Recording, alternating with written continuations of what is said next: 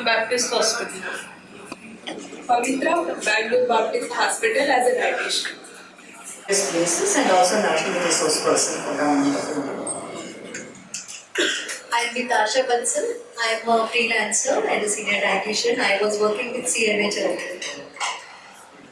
I'm Rutuja Joshi. I was working with an endocrinologist. Now I'm just a freelancer. I'm Rekha Prabhu. I work with a company called as Bridge Health. I'm Pooja, working in Fortis Hospital. Working as a freelancer. Hi, I'm Sheena. I was in different hospital and different company. Now I am working as a freelancer. Hi, I'm Smita. I'm a clinical and consultant dietitian at Bangalore Chapter. I'm an onco, I'm lifestyle and diet consultant, Rangadhara Memorial Hospital. Hello, myself Dr. Soumya. I am a student of physical nutrition and nutrition. Good afternoon, Manila. My name is Dr. Chaitanya. I am with a fraternity and practicing my own. Good afternoon, everyone. I am Annapurna, intern in Sagar Hospital. Good afternoon, I am Bhavatani. I am doing my master's in nutrition and I am doing my intern in Sagar Hospital. Good afternoon, this is Sai Gurumla. I just graduated from MS in Nutrition. Right now working as an intern in Satyasai Hospital. Good afternoon. My name is Pradipti and intern in Satyasai Hospital. Good afternoon, everyone. I'm Vishakha. I'm presently working as a freelancer. I work at Bangalore Hospital.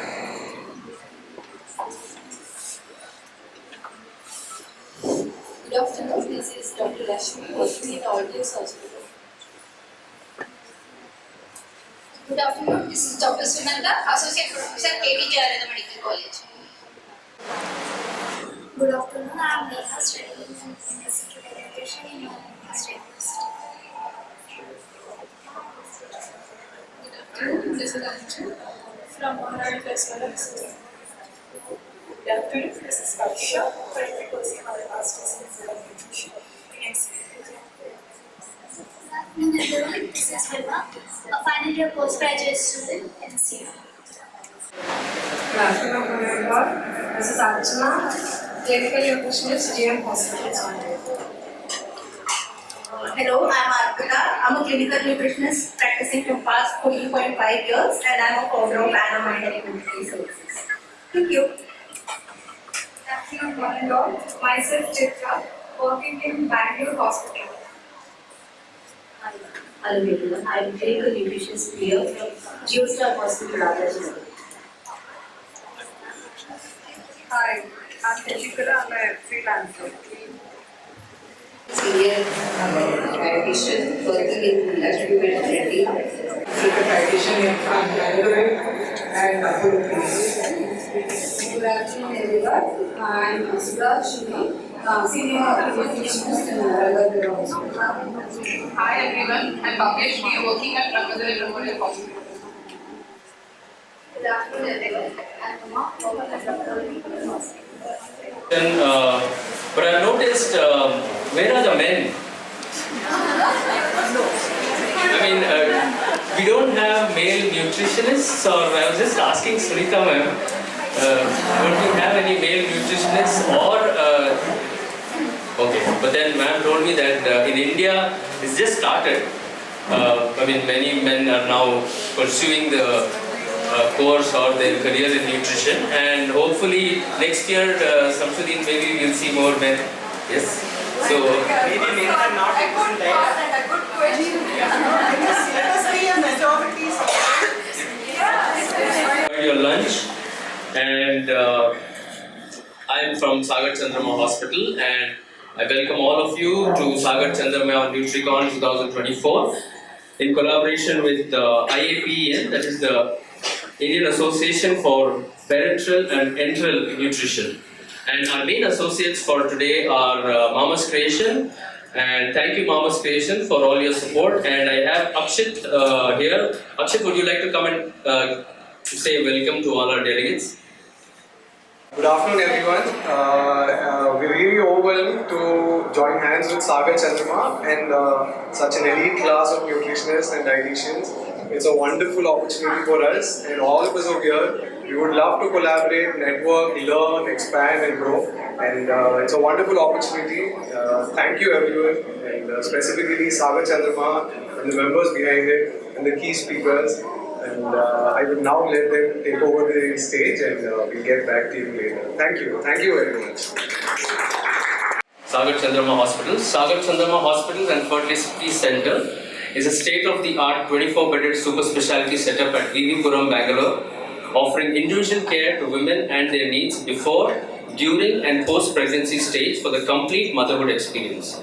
We are well known and highly appreciated for high-end quality care in gynecology, maternity, neonatal and reproductive medicine, and host of other allied services that cater to the needs of the corporate and local community. Our fertility success rate is at 75 to 80%, which is considered to be one of the best in the industry. We conduct antenatal classes, yoga therapy sessions, and baby shower celebrations for our patients. Our yoga sessions have helped many of our patients obtain normal delivery. Our dietary services and consultation for the women are of very high quality and standards. Sagar Chandramma Hospital boasts of a fully equipped level 3 NICU, 2 state-of-the-art OT complexes, a complete diagnostic cell, a refreshing relaxation center, and highly skilled, compassionate staff. So we also have with us our CEO, Ms. Sudha Kamalnath. Ma'am, welcome, and a big round of applause. Ma'am, would you like to come and say a few words? Yes.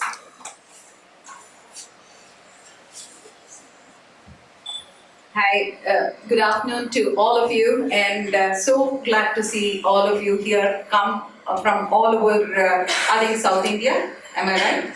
So a warm welcome to all of you. Have a very, very educative and an interactive session, and all the best. Enjoy the session. Thank you. And that's all.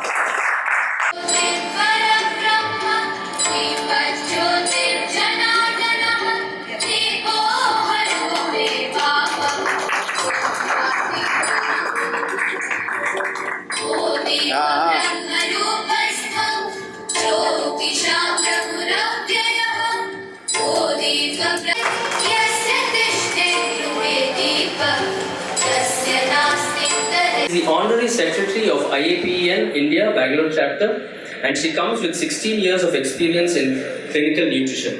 Ma'am, it's an honor to have you amongst us this afternoon. I welcome you onto the stage and hand over the stage. Our nutrition fraternity, we would have met once or twice or more often, and it's really great to see so many familiar faces today here this afternoon. So I take the pleasure in welcoming all of you on behalf of IAPEN Bangalore Chapter, and I thank Sagar Chandramma Hospitals for pitching this in, and my dear friend Aparna for initiating this. It's a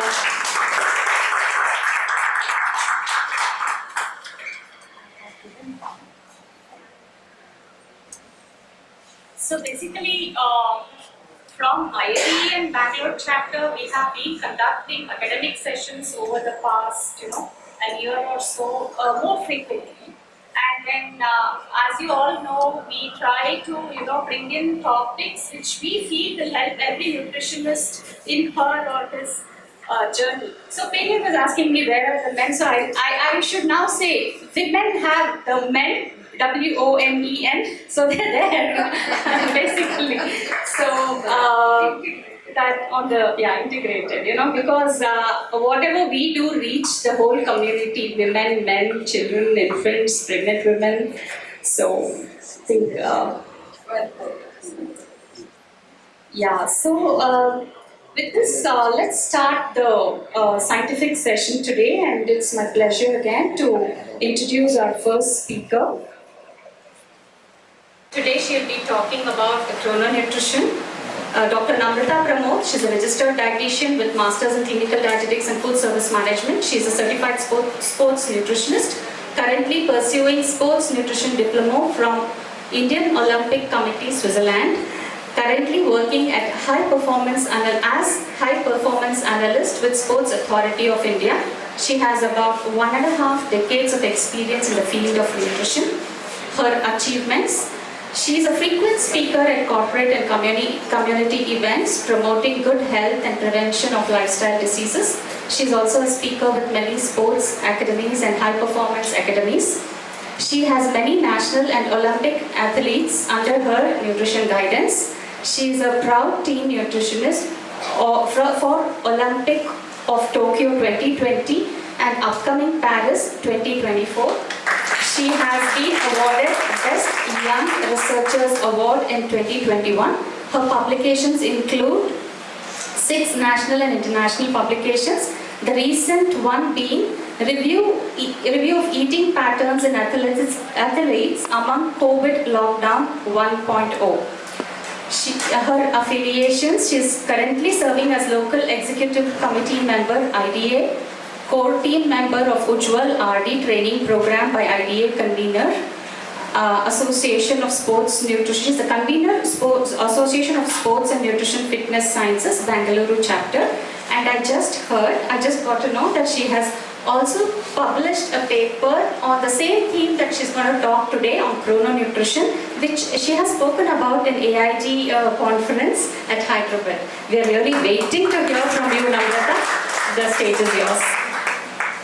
So without taking much time, I thank the organizers, especially Aparna, who does something different all the time. And whenever I was talking to her about the chrononutrition paper that I presented in NIM, she said, why don't you come and talk about it? Okay. And I would not take much time. Let me just begin the topic. Hope I do justice for the topic that's given to me. So what is chrononutrition? Can I have a show of hands who know about it? Okay. This was very new to me also when I started learning about it. And since I work with athletes now, we kind of keep doing the meal sequencing and nutrient timing and everything. And until recently, even I did not know there was a term existing called as chrononutrition. So it is basically more or less what we are practicing, but they do have a sequence of diet, so I'll just take you through that. So what we eat is as important as when we eat. Understanding chrononutrition, let's go by the definition. It is a target-focused dietary approach laying emphasis on the meal timing and meal sequencing based on the body's natural circadian rhythms. And where did this start from? Dr. Alain in 1986 founded the origin of chrononutrition. He wanted to create a different way of eating that would take into account our biological clock. Because before that, we used to be in those eras where we wake up in the morning, do work during the daylight and have a dinner and sleep even before the sun sets. Or I'm talking about ages back where we didn't have electricity. But now, because the kind of lifestyle we lead, it's very important to understand our biological clock. And you would also agree with me when I say each biological clock is very different. Though as nutritionists in personalized nutrition, we do tell them have your breakfast at this time, lunch at this time. I think one of the point we often tend to miss is their biological clock and we don't consider the fact. So what are the other names? Even I was surprised that there were so many names for it. Okay, nutrient timing, meal timings, clock gene, liver clock and lipid metabolism. Liver clock was something really surprising for me, which I did not know before. So we all know what circadian rhythm means. It is a 24-hour internal clock in our brain that regulates cycles of alertness and sleepiness by responding to the light changes in the environment. Why is it so important that we've been talking about circadian rhythm of late? I'm sure when we were students, we used to never talk about this. Do you agree with me? Yes, no. I know it was a very hearty meal. Yes? Yes. As student, I never read about this, or probably we just brushed through and I don't even remember. Okay. The reason why we focus about this so much of late is because of the reason that everybody does not have a single working time. Even for our fraternity as nutritionists, I heard so many freelancers are here. I'm sure you don't work by the clock, right? So it's when and how your clients come to you whenever they are free, and I'm sure a lot of you would have international clients also. So you work throughout the clock. So it's very important to understand and go have an eating pattern according to our biological clock. So this is another way of telling each organ in our body. We talk only about the brain and sleeping and alertness and the wake up period, but every organ in our body has a different clock to follow. You would understand this better when I take you through the concept of nutrition and how we plan the chronodiets. So what affects the circadian rhythm of an individual? It is age, light, sleep, eating habits. If you look at the slide there, I have just given a general age-based chart as such. If you look at younger adults and older adults, I want you to probably have a look at the cortisol especially. If you can see younger adults, there is a lot of high and lows in the cortisol level when compared to the older individuals. This is just one of the factors that I'm talking about. So what does eating at specific time does to us? It enhances the natural rhythms in the body. It helps in body metabolism. It increases the energy level, and it also helps in disease prevention or building immunity as such. So again, going by the natural rhythms, the responsiveness of hormones such as cortisol and leptin, and it also helps in modulation, activation and expression of hormones, enzymes and signaling pathways. So as we all know, during the midnight the melatonin secretions, and in the early morning the leptin secretion and TSH secretion is more. So this is what we concentrate on in terms of chrononutrition. So these are a few studies that I have read recently. A study on chrononutrition in 2015 showed a major breakthrough by the first one, the discovery of negative regulatory feedback for transcription via binding of the clock or BNAL1 to EBOX, which forms the basis of biological clocks. I know this sounds like French and Latin even for us, because the first time I was reading even it was very difficult for me to understand. And second thing, well-regulated eating habits normalize the liver clock gene and the rhythm of CYP7A1 gene and blood cholesterol levels through insulin. So basically when we go against the natural circadian rhythm, a lot of things get upset in our body. I think as practicing dietitians, you would agree with me, as simple as our eating pattern, the appetite control, that goes for a toss first and foremost. So then we talk about metabolic health. I think now the focus is more on metabolic health, where we focus on prevention of lifestyle diseases also. One of the things would be optimal glucose and insulin responsiveness, not only in the diabetics, even in cases such as PCOD, which we lay more emphasis on. So there was a meta-analysis done in 2023 of 9 randomized controlled trials.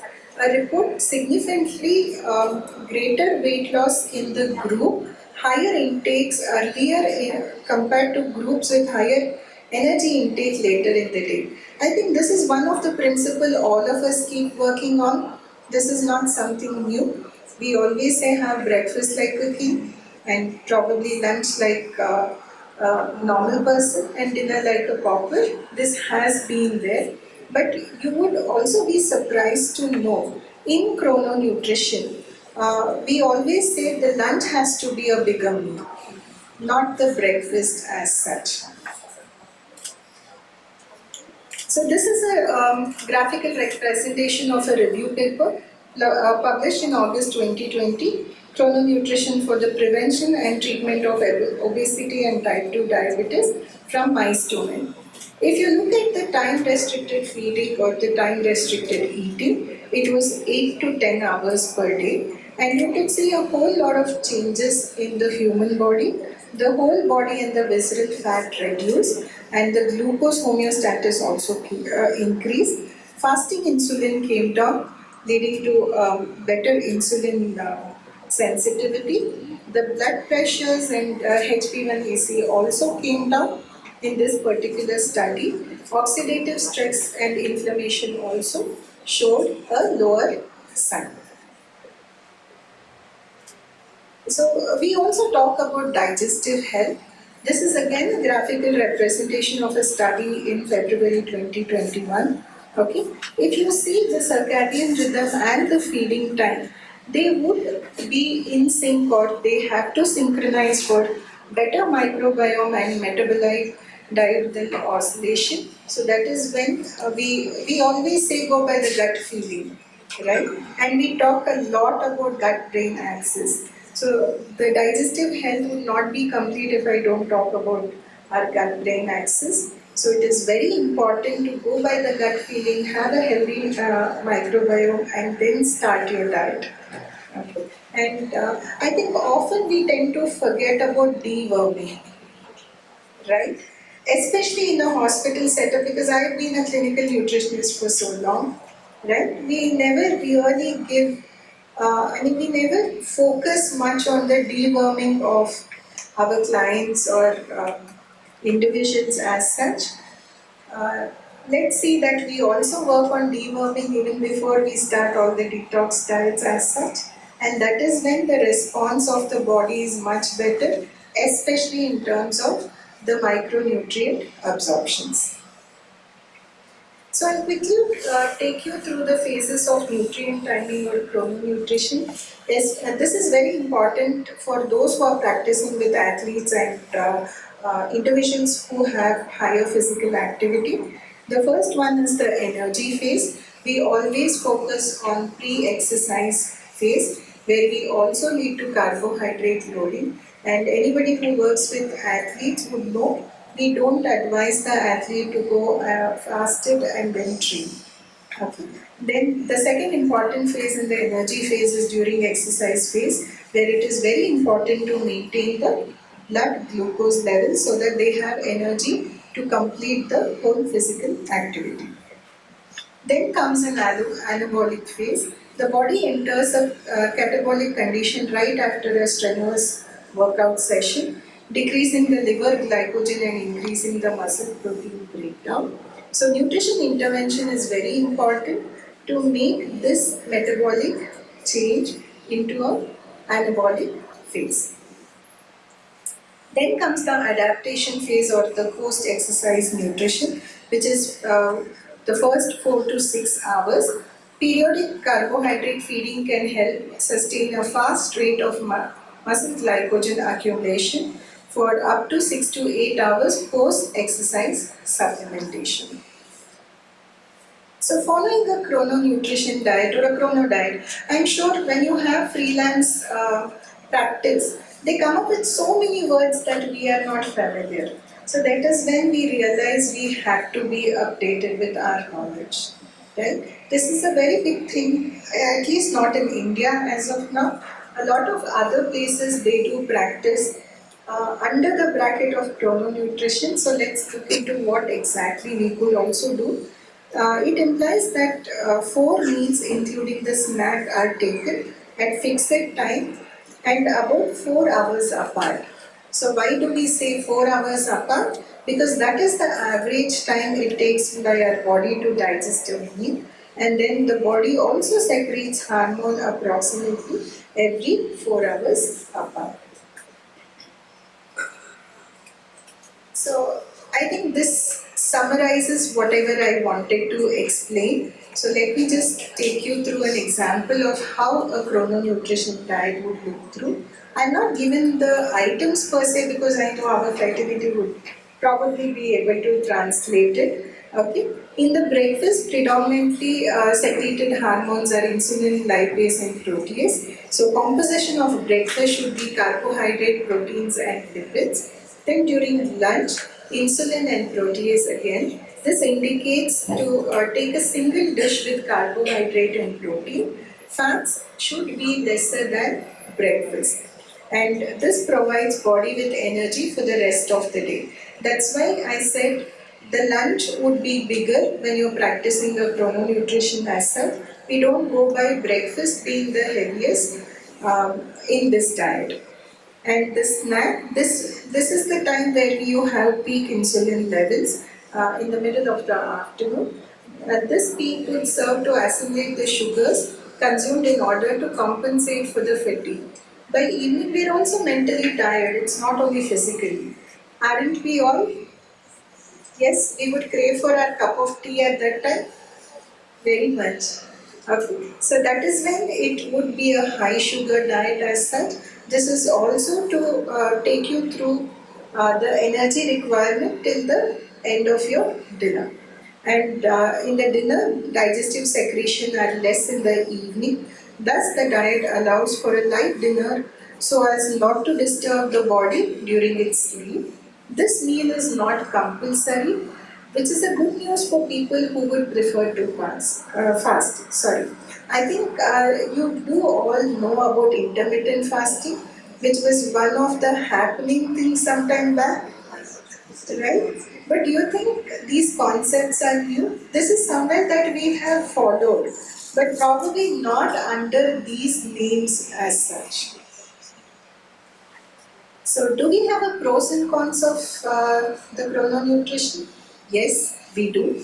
The pros is no food is prohibited in this, and there is no calorie counting required in this diet. Okay. And what are the cons? It seems very interesting on paper, but in practice it is less appealing because every 4 hours eating, we are almost eating at a 16-hour bracket, whereas intermittent fasting is totally opposite of it. Okay. It can cause digestion problem and even constipation. It can also lead to the loss of notion of spontaneity in eating. Whenever you're invited for a meal, whenever you have a small birthday party at your office, so you need to think twice before eating when you're strictly following this kind of a diet. So I have just put personalized chrononutrition into 5 pointers which are very easy to remember. Okay.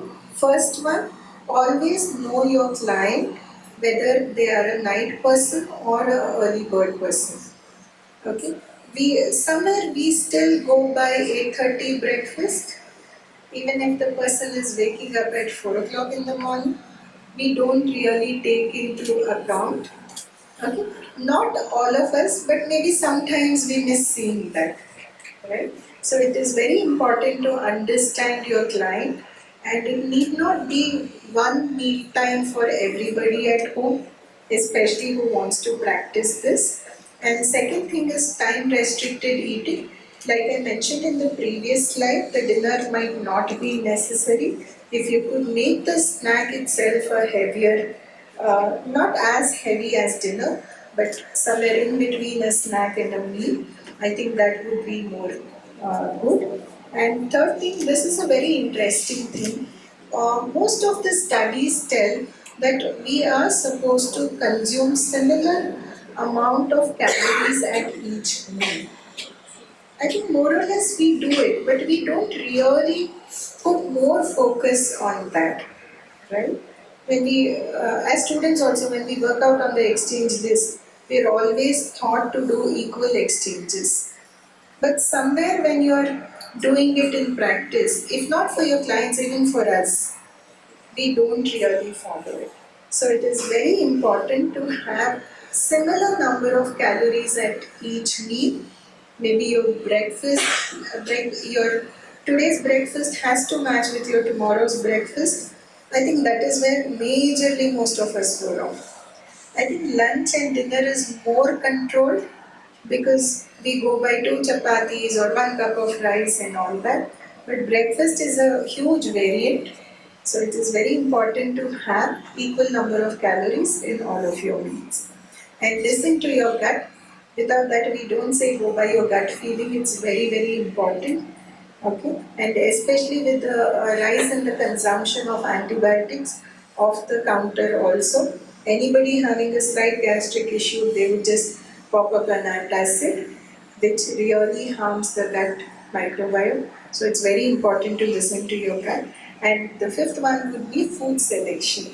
So the kind of food you select and whatever I had summarized in terms of the diet, okay, it is very important to follow that if you want to practice chrononutrition. So this was the paper Sunita was talking about.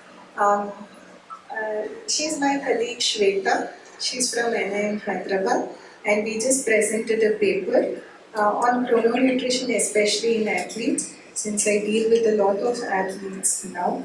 6 out of 10 do partially follow a chrononutrition as such, because when we are advising them, I did not know I was advising under this bracket, but we do believe in the pre-exercise meal, during exercise, post-exercise and everything. And chrononutrition principles can be particularly relevant for athletes due to its potential impact on meal timing, on performance, recovery and overall well-being. Thank you so much. Hope I covered it in the time given to me.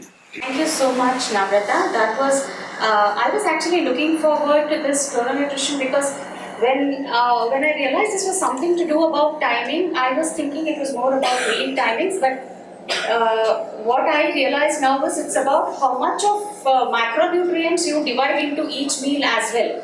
So is it safe to also say that, like how each in the IT sector people talk of downtime, right? They say, oh, the app or even the ATMs have downtime certain times. So like that, I think our organs also have downtime every day, and that is late in the night when you push the dinner timing too much beyond where your liver can take it.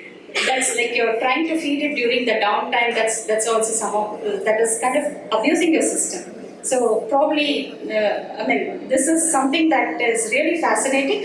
And as you said, it is very, very important in the present time because most of us, even in spite of being informed, we abuse this. Thank you very much for this informative talk, Namrata. We'll move on to the next speaker.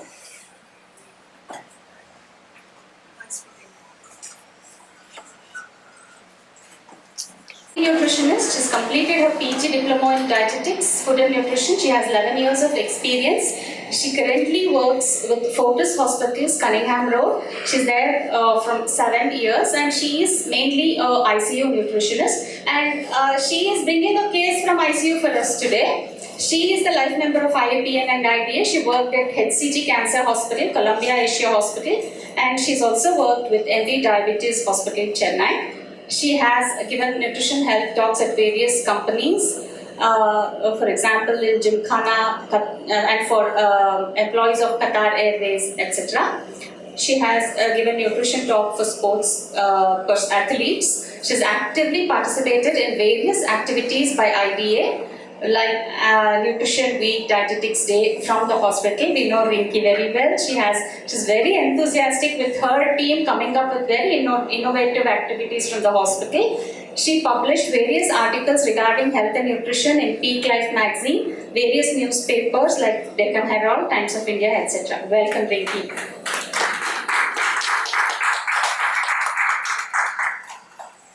Thanks, Sunita. Thanks, Aparna and IPN Association and Sagar Chandramma Hospital. So today I am going to explain about the case. So that is related with the TPN. So all of, at least we have studied about what is TPN, why it's important, and I will try to do that, like to make them to take one case studies. I'm going to explain. So TPN means we know what is this total parenteral nutrition.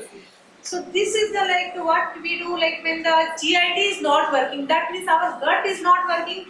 In that way, the role of the TPN comes. And through this TPN, we can provide all the essential nutrients to the body.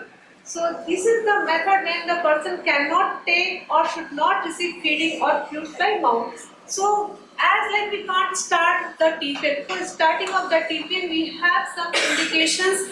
We have to assess the patients, like for some indications I'm just going to here, like the pre-operative malnutrition where the BMI is very less, the post-operative complications, delayed enteral feeding, the malabsorption, some metabolic rate is increasing in severe cases, trauma, burns, the multi-organ failure, and the GI malfunctions. So these are the few indicators are there.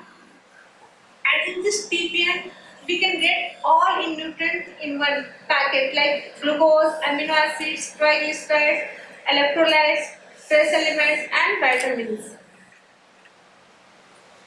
So the case profile, what I am going to deal here is a 45-year-old male admitted in our hospital. The main complaint of that upper abdominal pain since 1 month with dyspnea on exertion, and also he had the complaint of bleeding per rectum since 2 months.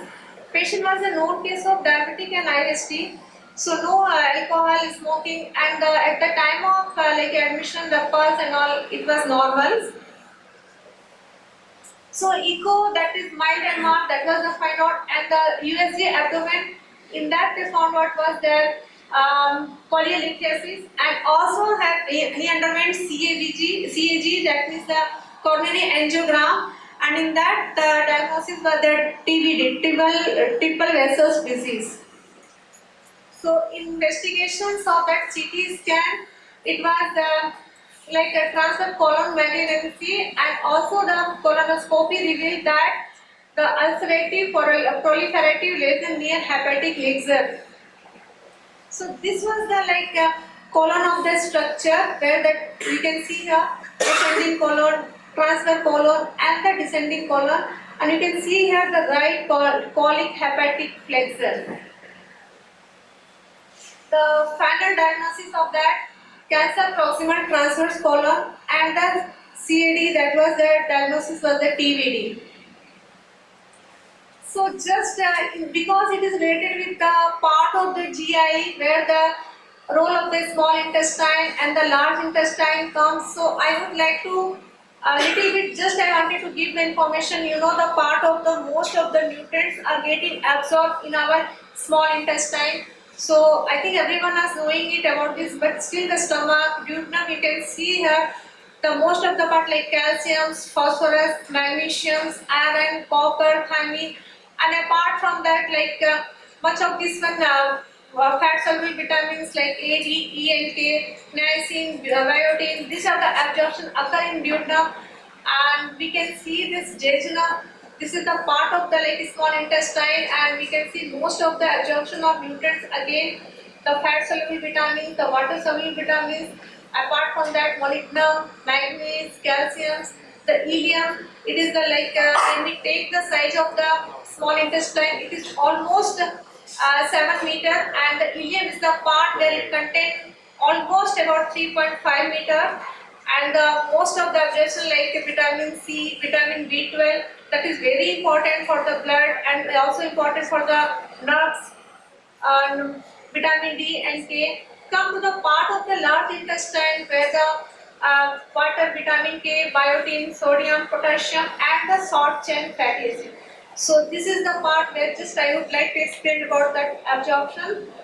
And so what is the course of that hospital, and the patient was admitted with the diagnosis of CA hepatic flexure. So pre-op evaluation was that TBD is found it, and for that CABG was advised, plus that surgery was planned for him, was the right hemicorectomy plus CABG, and along with that prophylactic cholecystectomy was also planned. So the patient underwent CABG with 4 grafts. So what is this colectomy? It is the partial part where the cancer is there, the part of that they remove it. And also we know this is a very vital role in the absorption of water, electrolyte, and short chain fatty acid. So related with the short chain fatty acid, it is the and these fermentations it occur in the colon, and it is like we have some SCFA, propionate, acetate and butyrate, and it is very good actually for this neuro, immuno and endocrine regulations, and also this colonic resection that causes the bowel changes, and also the quality of the patients also getting affected. For this may it require the specialist help.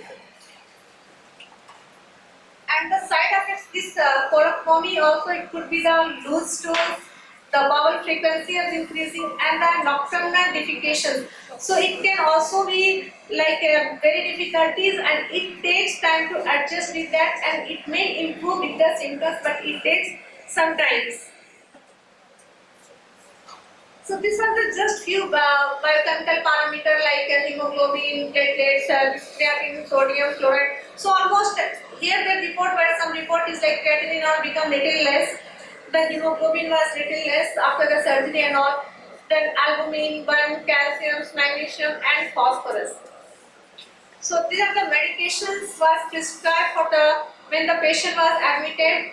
So like clopidogrel, because he underwent 3 surgery. For that all the for the I can say here the painkiller was there, then antibiotic, multivitamins, and also other medicines for the hemoglobin, blood, iron have given it.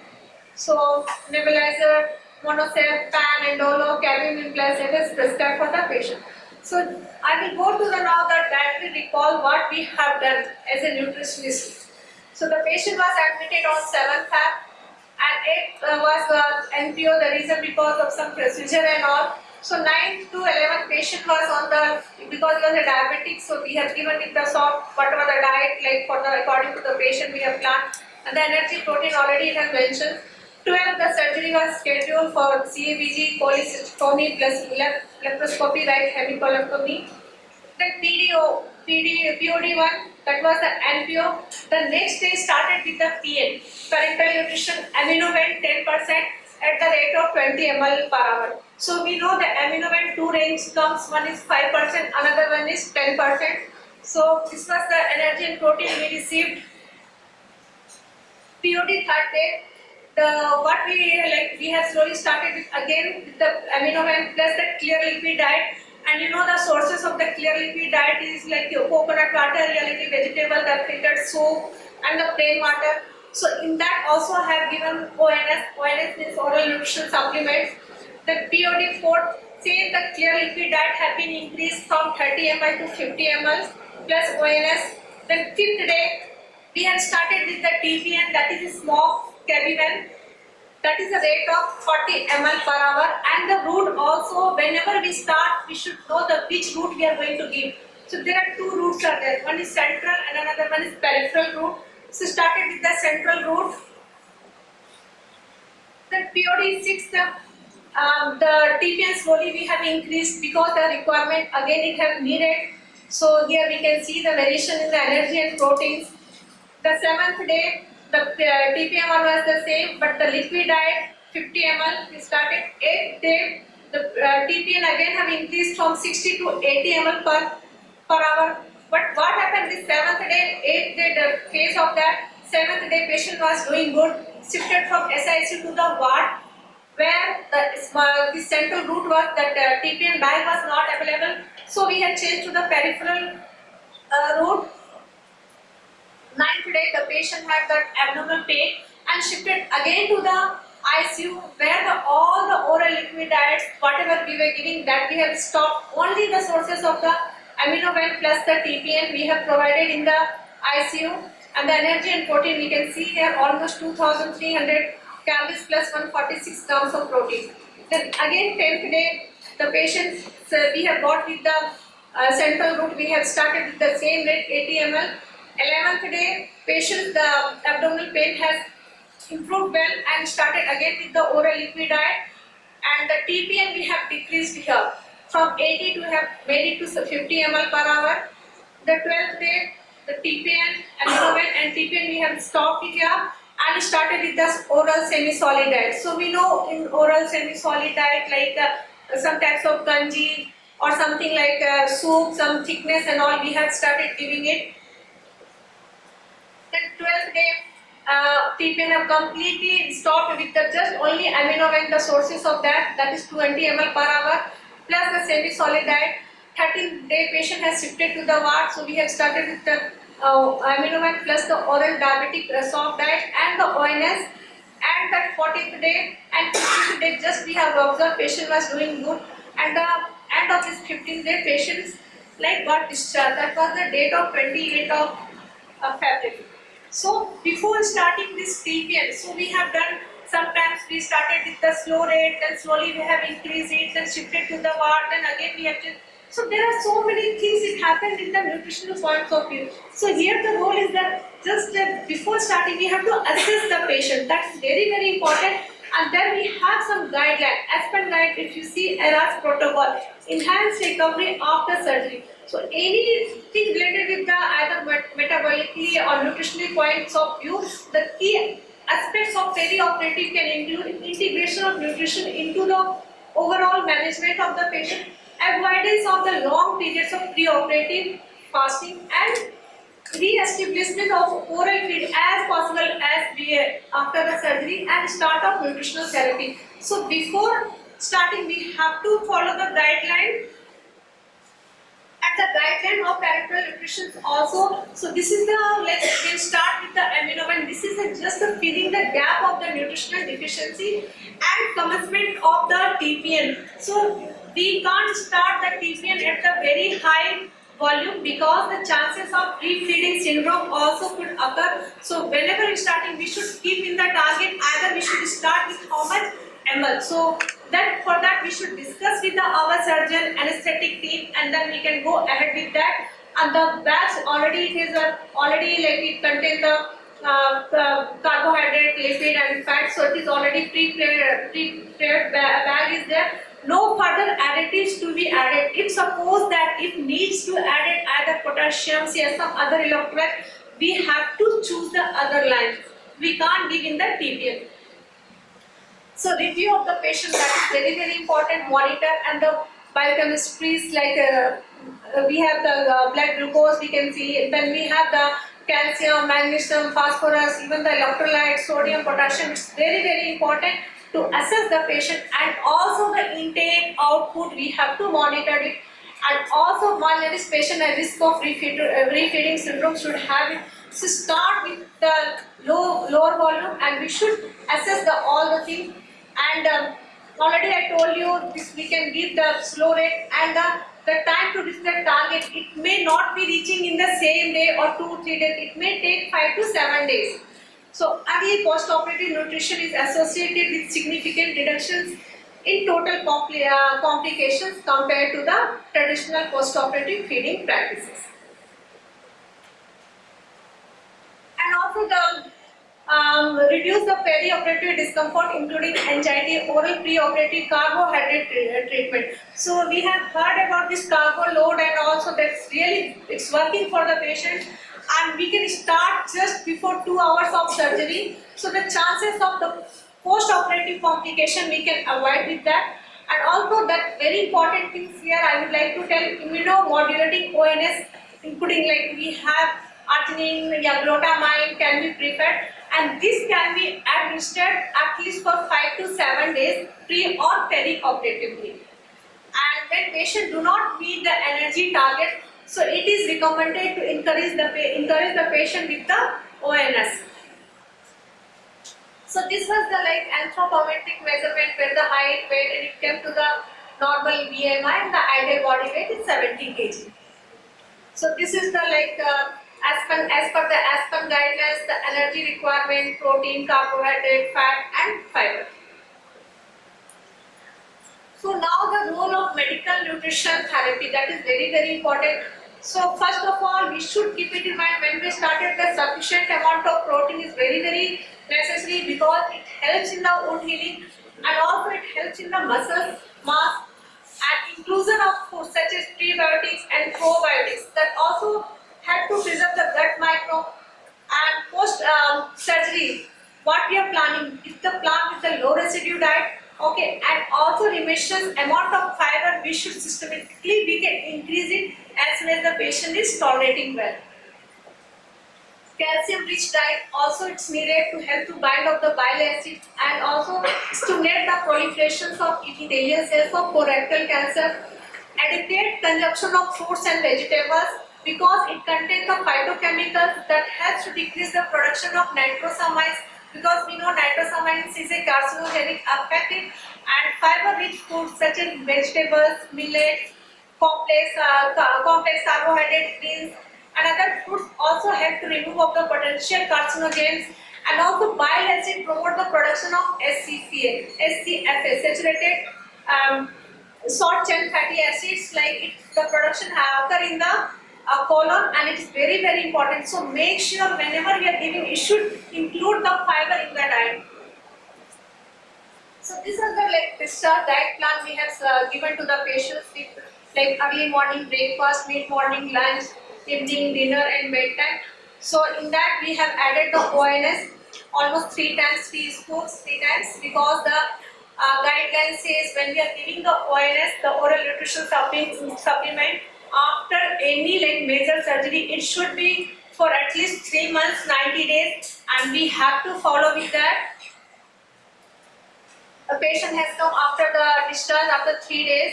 So we have reviewed, okay, and during his visit, what we have done, we have found out his diet record, and we have it have shown slightly improvement in the food intake also.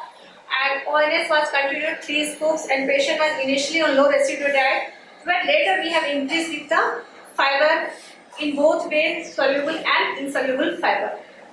Thank you.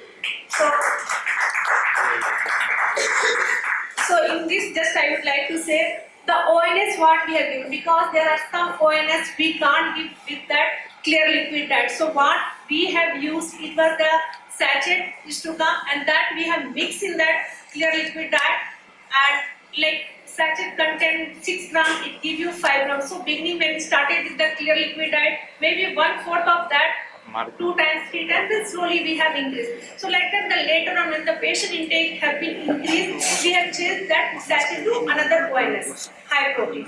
Thank you.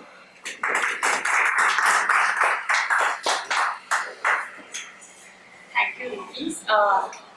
You have shown the progression of TPN into oral feeds into stabilization phase in the ward so well.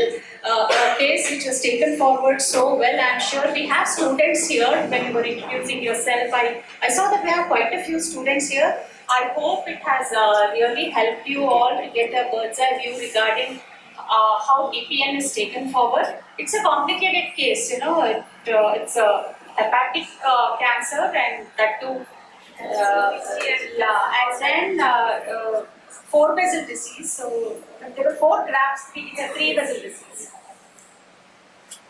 So we'll just take a small break from the academic session, and I would like to invite Mr. Akshat Reddy of Mama's Creations to talk about his products, which even I'm eagerly waiting to look forward to see what they have because as nutritionists we are always looking forward to good products to recommend to our clients. So I invite Mr. Akshat Reddy here.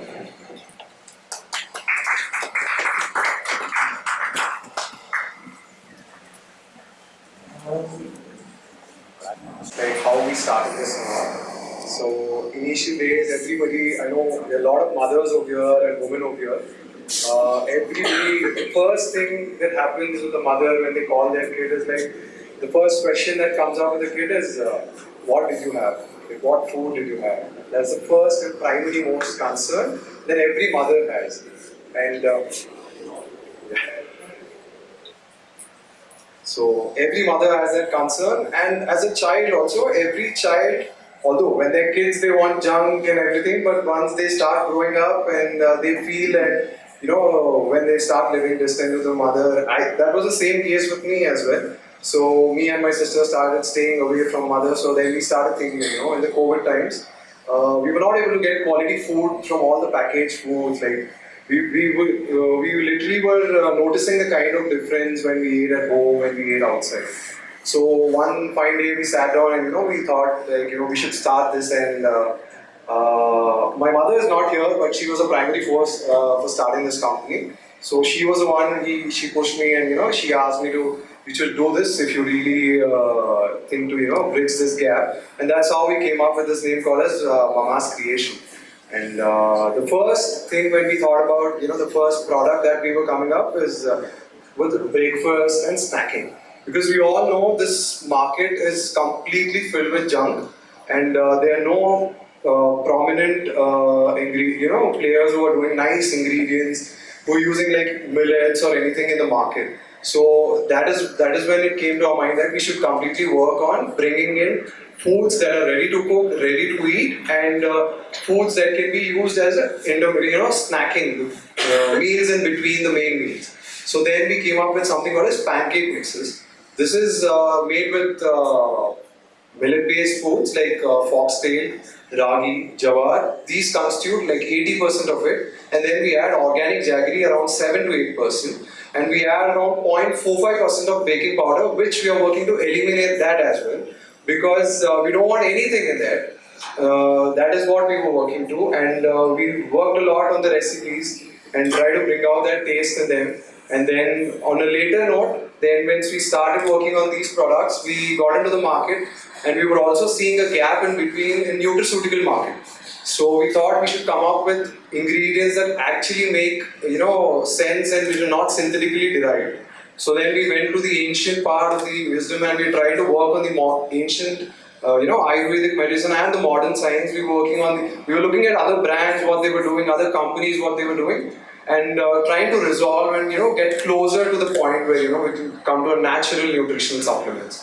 And that is when we came up with something called as Ultimate Greens. That was our first product in the nutraceutical lineup. And this product is made with like more than 40 plus superfoods, which is spinach, spirulina, amla, ashwagandha, moringa, and turmeric. And each ingredient we've been very cautious in carving out the, getting the raw materials or the ingredients from different sources. And we have rigorous standards and top-notch specifications when it comes to the certifications and stuff. We have US FDA approved pouches. We have also applied for US FDA, and we also applied for clinical trials. And we're trying to bring out the best out there. And we are a D2C brand. We try to bridge that gap, directly deliver it to the customer, so that there are no middlemen, no adulteration or nothing happens in between. The customer directly gets that benefit. That is what the idea is. And that is when we came up with this kind of a lineup, and we also came up with something called as Ultimate Glow, because many women out there are using, I don't know what kind of chemicals and what kind of foods. They're applying it to the face, just seeing it some ads online, and they're not thinking what goes inside their body, or they're not working on that. So we thought we should be more inclined to something that, which can bring out something from the inside, which will cleanse inside as well. So we added glutathione, hyaluronic acid, bamboo shoot extract. This is a natural collagen booster that we came up with. And each product we've come up with has a blend of 10 or 12 superfoods. And we've tried to include all the different kind of, there's another product called as Ultimate Fiber. So it's a blend of prebiotics and probiotics. And the flavors, the taste, the kind of sourcing, the manufacturing process, we are FSSAI, GMP, and ISO 22000 certified. And we're trying to work more towards bringing up even more, deficiency, trying to bridge those deficiencies like vitamin D, magnesium deficiencies, and iron deficiency, because many reports and many studies reveal that Indians are quite low and deficient in these kinds of foods. Irregular timings, as ma'am has already spoken about, the chrononutrition, and I'm sure if I speak more, I will not do justice to this stage, because they are much more qualified and much more, experienced, and a lot more big ocean of wisdom. So I'll hand over this to them, and thank you for this wonderful opportunity, to all the keynote speakers, and specifically to Aparna ma'am and Sagar Chandramma team We would like to do more such kind of events, and we're actually very, very happy to organize this. And thank you all participants. Thank you very much. Energetic and conscientious players in this field, where we bring in good products into the market rather than those. When last time we had from IAPN, we had a food label workshop. I think a lot of you attended the food label workshop. So there also we were talking about what goes into a product plays such an important role in what we give to our clients and to our family. So with that, let's move on to our next speaker.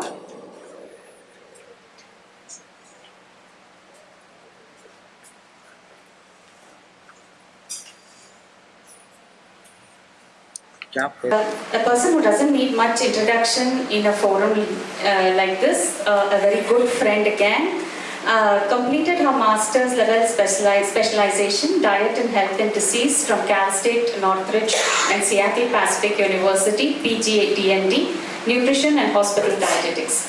Certificate course in community nutrition and sustainability development from IGNU, CDE, that is Certified Diabetes Educator from UK International, Certified Bariatric Nutritionist, Certified LLL SPEN Critical Care, GI Nutrition and Prevention of Diseases.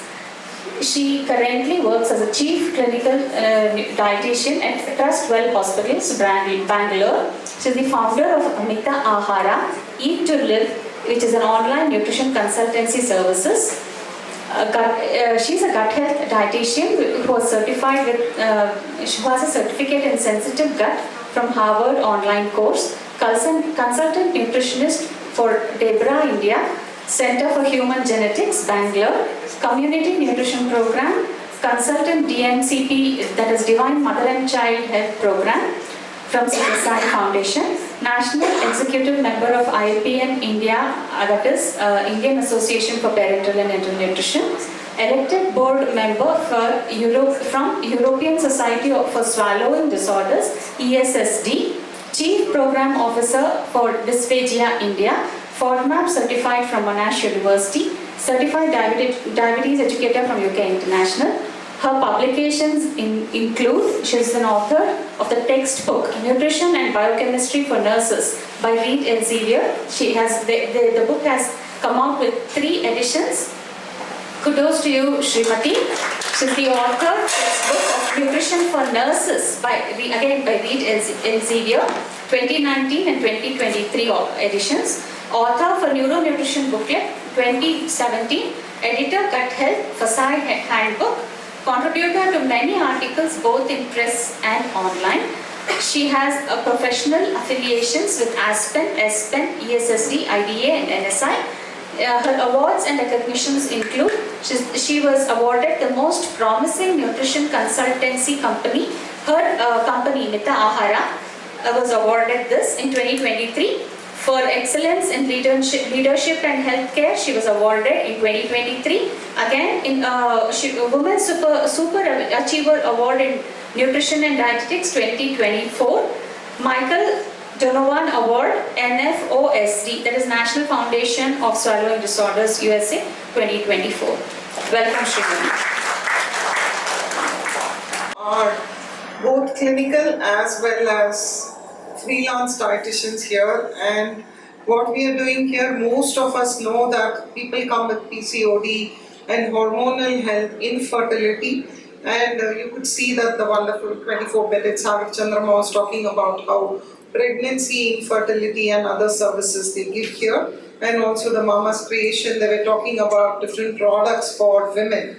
So the superpower also needs superfood. So hormones and gut health, definitely gut health. So centuries, it is not that only decades ago we are talking about gut microbiome, gut health and all this. We are doing it for centuries in our Indian culture where gut health, everything starts from the gut. Yes, Hippocrates would have said that. I'm sure our own Charaka Samhita also says that, because as an Indian culture, wherever we are, anyone who has grown up with the same food, 80% of the time we eat what we have grown up with. So when you look at a client who is from the north, east, west or south, you give them the cereal which they have grown with, the rice eater with the rice. Karnataka has a lot of millets where we have grown up with ragi, even the weaning food is like that. So you need to understand that what they have grown up with, the personalized nutrition. When someone comes to me and asks me that, okay, this is what I suffer from, these are my goals, I tell them whatever you may be, they will be saying that, no, I'm from Bangalore and all. I'll say, where are you originally from? Then they'll say that, no, we are from Rajasthan, we are from Bihar, we are from Kerala, or wherever it is. So that DNA, that will really help him or her to heal when you give that same type of diet, especially for IBD, IBS and different types of gut health. So you need to understand the client. We are a field where there is so much of competition, both qualified and unqualified. You know that how many people claim to be nutritionists with 1 month diploma or whatever it is. But what you make a difference there is you understand the history, you understand the goal setting, and then make a very, very personalized nutrition plan. A personalized nutrition plan, this is a billion-dollar market. A multi-billion-dollar market is a personalized nutrition. So what it is if you just say, I suffer from PCOS, I am a vegetarian, and hundreds of diet sheets will come. But what are you being there? What do you offer? What value do you bring to the table to the client sitting in front of you is the most important. So hormones and gut health are very intricately connected. Everything starts from the gut, wellness as well as illness, aids the synthesis and regulation of hormones and neurotransmitters. So the way the gut and the brain, for me, I think if you ask me personally, kidney, heart, whatever you want to call, liver, everything, the most important thing is the brain.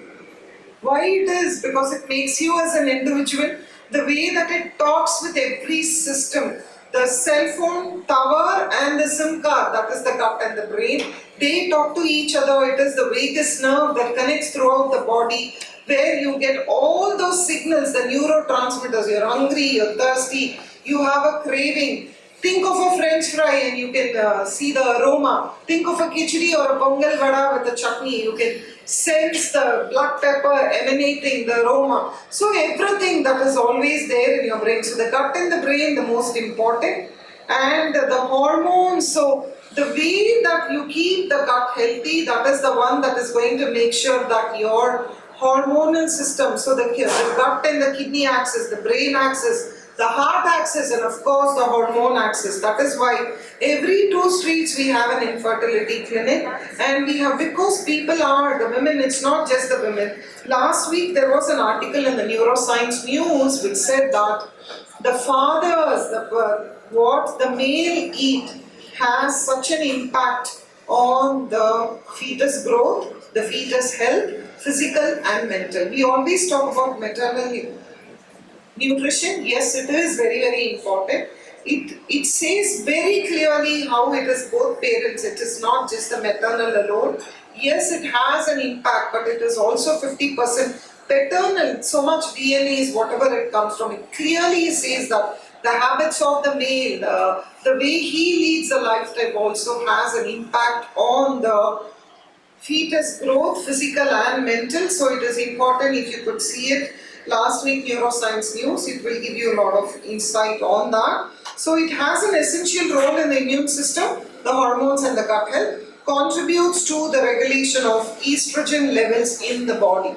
We are going to talk about a lot of estrogen now. So let's talk about estrobolome. Estrobolome is basically the gut bacteria which is going to affect your hormones throughout the body, especially the female hormones. Now the estrobolome, we are basically trillions of bacteria.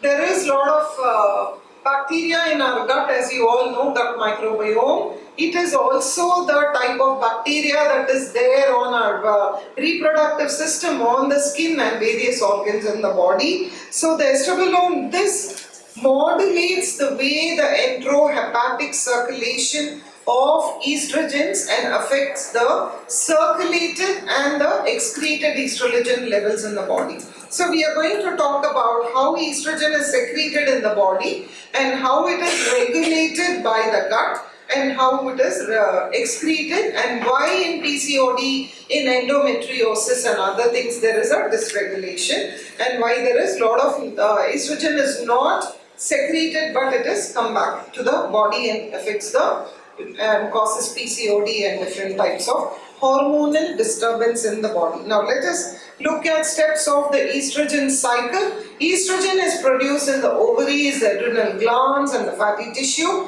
It circulates in the blood, making their way to the tissue in the breast, the brain, the bones and the uterus. It travels to the liver, which is the most important. You know that it detoxifies, and where they are broken down and metabolized. Yesterday in TOI you could see NAFLD, which is now called as MAFLD. There was a very good article by two doctors which has been written in TOI. It was very nice opinion piece. So liver is something where it detoxifies everything. So estrogen also, where it is travels to the liver, they are broken down and metabolized. Detoxified estrogen are deposited in the bile, which is secreted into the intestine, and then it exits the body.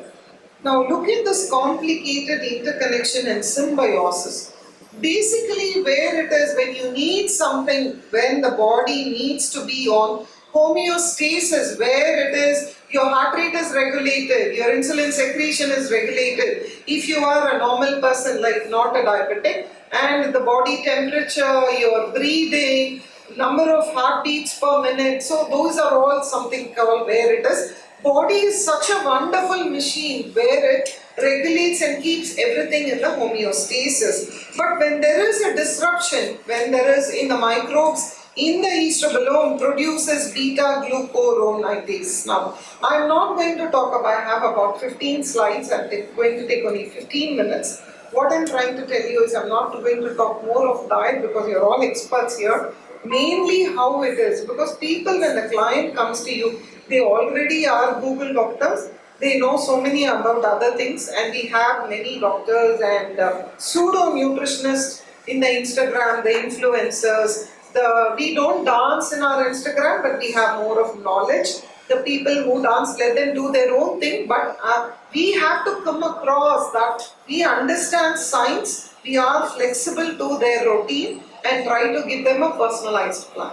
It's not just that where we think that okay, others are doing it, we don't know. But the way you put your name out there, the way that you make your presence known, whether you are in a hospital, whether you are in a clinic, whether you are doing your freelance, it is very important to put the right information out there, because they already come with so much of information. They already know about the supplements. They will talk about moringa. They will say we have tried all this. In spite of that, we are coming to you. So you need to know the biochemical process and how. So if a person comes with endometriosis, why they are having such painful periods, and why that the gut health, you're not going to talk about what their periods, you have to go to the root cause. So even if a person comes with obesity, if a person comes with these type of hormone disruption, the first thing you have to look at is gut health, because that is the root cause. So this is how you need to understand how body is such a wonderful machine and how it works, because we are all experts in diets, but how it works and what you need to put out there. So microbes in the estrobolome produce beta-glucuronidase. This is the enzyme that deconjugates the estrogen into their active forms. Now when this enzyme activity, this produces active unbound. The estrogen is not bound anymore. It is capable of binding to the estrogen receptors, is there all over the body. I just mentioned in the last slide that it is also there in the brain, isn't it? And influencing estrogen dependent physiological process. Now there is estrogen dependent physiological process because this is an enzyme, this is a hormone, so there is a way of regulating. You know that a male can also have estrogen with testosterone, same thing with the female. They also have a testosterone and an estrogen. It is only when the balance is disrupted, when something is more, something is less, based on the gender, then we have a lot of issues, including infertility. Now, estrobolome activity is ovaries, the adrenal glands, the adipose tissue and other organs. They have the circulating estrogens in the bloodstream, and when how the kidneys, the liver, the intestinal tract, how the enterohepatic circulation, when you see that the estrobolome, which is when the activities that is there for deconjugating, the bacteria does the deconjugation. When it is high, it is going to be reabsorbed into the body. When it is low, fecal excretion of the conjugated estrogen happens. So when people come to us now, there is a lot of anti-aging clinics. You will know that there are a lot of anti-aging clinics. So gut health is the important thing where it naturally detoxifies. And the people come to us also regarding skin. Skin is a very important. All of us like to look 20 years younger, and also love to have a great shining skin, whether it is that rice flour Korean thing that is there in the Instagram, or the Priyanka Chopra telling us about the basin which your mother told you but you don't want to use it. But when Mrs. Chopra comes along with the Jiju of India, and we say, okay, let me listen, and she looks very beautiful, and definitely why not, let's try that. So the skin, 20s to 30s, how it is affected, 40s, how it is affected, 50s to 60s. So anti-aging, what we eat, what we ate, what our DNA, everything. So the gut health, you also know that the gut microbiome that is given, that is there when we are born. When a child is born through a C-section, it has a different gut microbiome. When it is born through a natural delivery, the gut microbes are completely different. And also, it is not just what we eat. Our culture, Indian culture, gives so much importance to pregnancy, what the mother eats, because it affects the child. And of course, breastfeeding is the best gift you can give to your child for the rest of his or her life, because that you give the best immunity with lot of good bacteria. Now, why is it an interlinked process? So there is estrogen metabolites, there is exogenous, endogenous. What they have found out is the hormones also, there is an increased risk of breast cancer, ovarian cancer and other things. It's not just about fertility. It is about how you are prone to all these female cancers because of this, where the hormone is disrupted. From the time as a gender of a female, the puberty, which is we saw during COVID, how the puberty is very low nowadays, which is 9 and other things. I'm sure you would have read about in Bangalore alone, where the Tailors Association was so shocked when they said that 3 to 4 inches the waist has increased in the same 7th, 8th, 9th. After the COVID, immediately when they were looking at uniform stitching, they were both genders. They were very surprised that 3 to 4 inches was more, and over the years they've not seen this. So childhood obesity is also adolescent obesity. So when we think about, and then we start making them go from the 4th standard to become a Bill Gates or a Pichai or whoever you want it to be, so they go for programming classes. Indian parents are a different breed, because I've lived abroad 16 years in US and Canada. So many Americans also used to ask me, what is in it? Why do you give so much importance to education in your country? So I think with so many COOs and CEOs throughout the world, we know how much importance we give. But the problem is, coming to the point is, we give so much stress and pressure to from the 8th standard till about the board exam, the whole family is in one, in a different mode as such, because the stress is so high. They eat all the wrong foods. That is how their hormones is disrupted. That is how the female gender go into PCOD and abdominal obesity in also the boys, and becomes the semen quality is affected, and the motility, and also the number of sperms. So they are also trying to tell us that when you don't have your hormones in balance, the female gender is more susceptible to ovarian cancer and breast cancer. Unfortunately, cancer is increasing in our country. So when there is a gut imbalance, there is a high chance of getting endometriosis, very, very painful.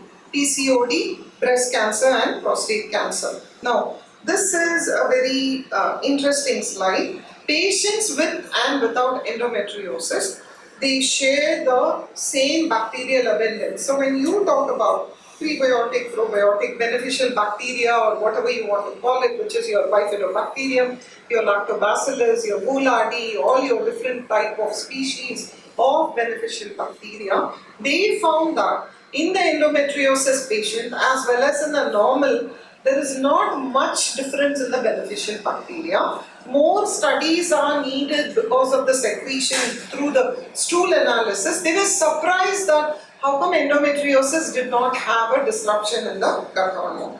But it was more of a hormonal imbalance that is caused and not just the gut microbiome that is there, that is the primary cause. So there are two enzymes that works. One is beta glucosidase, the other one is the glucuronidase. This is the second enzyme is the one that regulates estrogen in the body. The first one has the cellulose activity where it helps the nutrients to be absorbed in the body. So when they looked at these reproductive age women in both, they found that this is called the heat map, where they look at the different microbiome, the species of it, and that is how they found that there is not much difference in the beneficial bacteria. It's more of a disruption of the enzymes that cause the hormonal disruption, resulting in hormonal imbalance. Now, what is the path of the estrogen in a healthy microbiome? You can see that the ovaries, the body, the women, the liver, the gut, most of the estrogen is existed from the body. Some estrogen only comes back into the body. When in an unhealthy microbiome, the ovaries, the female body, the liver, the gut, there is a beta glucuronidase, which is the disruption. Some estrogen only exits the body. Most of the estrogen goes back to the body, and that is why the deconjugation doesn't work and there is a disruption in this. Now, eat right, increase fiber, good source of prebiotic foods, enrich the microbiome. You know that prebiotic are the ones that is a food for the beneficial organs, such as artichoke, dandelion, whatever it is. We have our own raw banana stem. We have our jackfruit. We have different types of resistant starch, our sweet potato, our yam, our different roots. We have forgotten most of our roots and tubers. If you see, which is the country that produces the most 100-meter dash, do you know? Usain Bolt country? It's a South African country where they eat most of the taro root. A few years ago when I did a TV9 for the interview, there was a fitness person and me as a dietitian, and then they were asking what did they eat, why are the 100 meters athletes coming more from that particular thing, and there were a lot of papers which said that the taro root had laces of testosterone in it, and there were papers where it says that resistant starch and many things were very beneficial as a sustained store of energy for the athletes and other things. So look at it. I think Namrata is the more expert to speak about it. So there are a lot of prebiotic and probiotic that you need to get, especially in the form of food. After COVID, I can tell you from experience, people want to heal with food and not with medicine. So that is why more and more naturopaths, Ayurveda, different things, which is a good thing. We also need to know how to integrate it and becoming the holistic nutritionist as such, which we need to call ourselves for. So the flax seeds, fermented seeds, we have our own curry, we have our besan, our dokla, our idlis and whatnot. Eat 2 cups of cruciferous vegetables daily, the broccoli, the cauliflower, Brussels sprouts, cabbage, bok chop. See, in the market, I think the food industry would agree with me, it is a multi-billion-dollar market. As nutrition, when there is a demand, there will be a supply. No more strawberries, we have to get it from somewhere. The avocado is like a cabbage now. Everyone needs avocado, correct? So millets, which was not there maybe 6 to 8 years ago, it was Karnataka which made the first thing more popular, and then it became a UN thing and other things. So the first thing is when there is a demand, there will be some production and other strawberries. You can see now dragon fruit, how much are growing in Karnataka and different ages. So what I'm trying to tell you is you need to see what they come from, the local foods. We need to think local and try to make sure that we give them foods that are accessible, that they know, of course, depending on the client who's sitting in front of you, you know their food habits and you're going to. There are times when the clients are so mad that we don't give supplements to them. Though we tell them. There are different ways, so you need to, I think as experts who we see people day in and day out, we know what is the vibe that we get and accordingly we also tailor the plan. So eat 2 cups of cruciferous vegetable, of course reduce the sugar. Anyone has seen Tetra Pak which has a lassi? Can you guess what is the amount of sugar in a lassi? In a 200 ml pack, very popular brand, I don't want to name the brand. 22 grams of sugar was there in a 200 ml of milkshake, 24, and lassi was 22 grams. And we were thinking, oh, it is probiotic, it is curd, and all the people will use to drink it. 22 to 24 grams, come on, you can eat 2 idlis for that. You're going to just sip, have a sugar high, and then it is 22 to 24 grams in a lassi, 24 grams in a milkshake, the 200 ml, and so thick, and the other one was 22 grams of sugar. Can you just imagine that you're drinking 5 teaspoons of sugar? And what is the taste all over India? What is the taste that we like as Indians? As Indians, from the food industry point of view, what is the taste that Indians like? They are more savor. Sweet.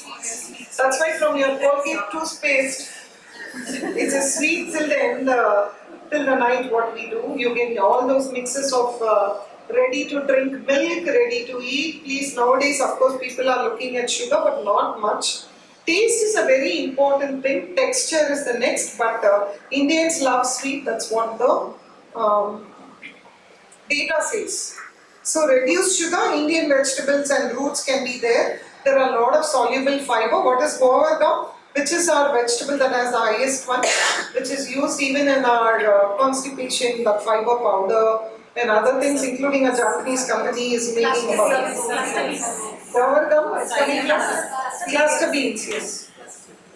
Our very own cluster beans, which is 10 rupees, maybe 24. Healthy gut, in a healthy microbiome, most of the estrogen is excreted. Unhealthy, most of the estrogen is reabsorbed and sent back to the body, leading to estrogen dominant symptoms. There are estrogen dominant symptoms. There are a lot of things where in a male, if there is estrogen dominance, you see breast formation, you have gaining of weight very easily. In a PCOD where there is estrogen dominance, you see gaining of weight and then painful periods, PCOD. All this happens when there is estrogen disruption. So how to improve estrogen metabolism? By supporting your estrobolome. So the first thing is the composition of the estrobolome can be shaped by antibiotics, drugs, whatever we are taking over the years that affects our estrobolome. So what happens is we need to have hormone balancing strategies, which is adaptogenic herbs, which can be your asparagus, your artichoke, your avocados, your ginseng, your whatever, all these very good things, Brussels sprouts. You can have all this. Antioxidants, of course, the more colorful you eat, the better it is. Now jamun is in season. When you cut it, it's so purple. It's so nice to eat it. So that is one. Detox, anti-inflammatory food, antioxidants, foods high in fiber. Nutrient-rich foods, fermented foods, of course, probiotics. So there was a company, I think more than 6-8 months ago, who said that you take my probiotic, you'll have weight loss. Yes or no? Correct? So people kept on asking, can I take this probiotic? It's going to give me this many kilos of weight loss. That's not true. I don't think so. Yes, probiotics, gut health has an impact on the way the metabolism is regulated in the body, but the way they were marketing, so people were thinking that, okay, if I take this particular probiotic, this is what it is going to be. That is going to give me, though I'm going to eat so many donuts, it's going to give me weight loss. I don't think that happens. There is no shortcut in the way we eat our food and way we metabolize. Otherwise, everyone will be a Kareena Kapoor and Alia Bhatt or Salman Khan, and of course, my favorite is Satya. So supplements to consider, DIM. DIM is basically diethyl methane. It is a phytochemical. It detoxifies drugs. The different, so many supplements we eat, mostly drugs we eat. We don't know the quality of the supplements we are eating, so all these things scary when we saw about the masalas and the different things.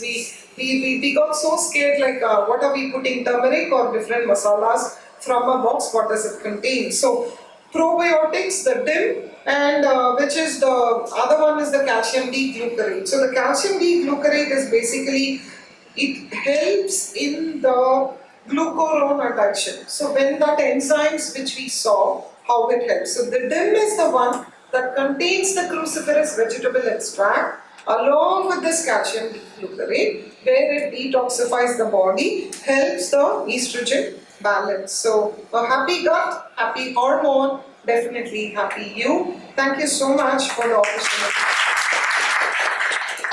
Many topics that we go through in our practice, right from adulteration to how, thank you for highlighting all those aspects where hormone disruptions cause such chaos in our life and health. And I'm sure when Srimati said about holistic, we all of us have to go for a holistic approach these days. We are tending towards holistic approach these days because sometimes when we apply all those principles of our food, clinical nutrition, and then we don't see results that we expect, we are so stumped because we are doing everything right. We are giving the right amount of carbohydrates, right type of carbohydrates, proteins, etc. But still we are not achieving nutrition. Why? So I think today's session was all about, going out of this regular prescription to see what chrononutrition is all about. And Srimati spoke, wonderful case presentation by Rinki, and Srimati spoke about the hormones and the gut health and how they affect each and everything. And then coming back to the holistic aspect, I think we have to move forward in trying to integrate things that our ancestors knew about maintaining health. And so for that today we have with us a special speaker who's going to talk about the Ayurvedic perspectives in diet. So I'm really glad to introduce Dr. Madhumita Krishnan, who's a consultant Ayurveda pediatrician and CAPA certified childbirth educator, CCCE, based in Bangalore. She works as a consultant with CABHN, TDU, Bangalore, and runs a program on Introduction to Ayurveda Dietetics and Advanced Ayurveda Dietetics, which most of us are familiar with, I'm sure. Works as a consultant pediatrician at multiple centers in Bangalore and Hyderabad, handling cases of special children with an excellent track record of improving their quality of living.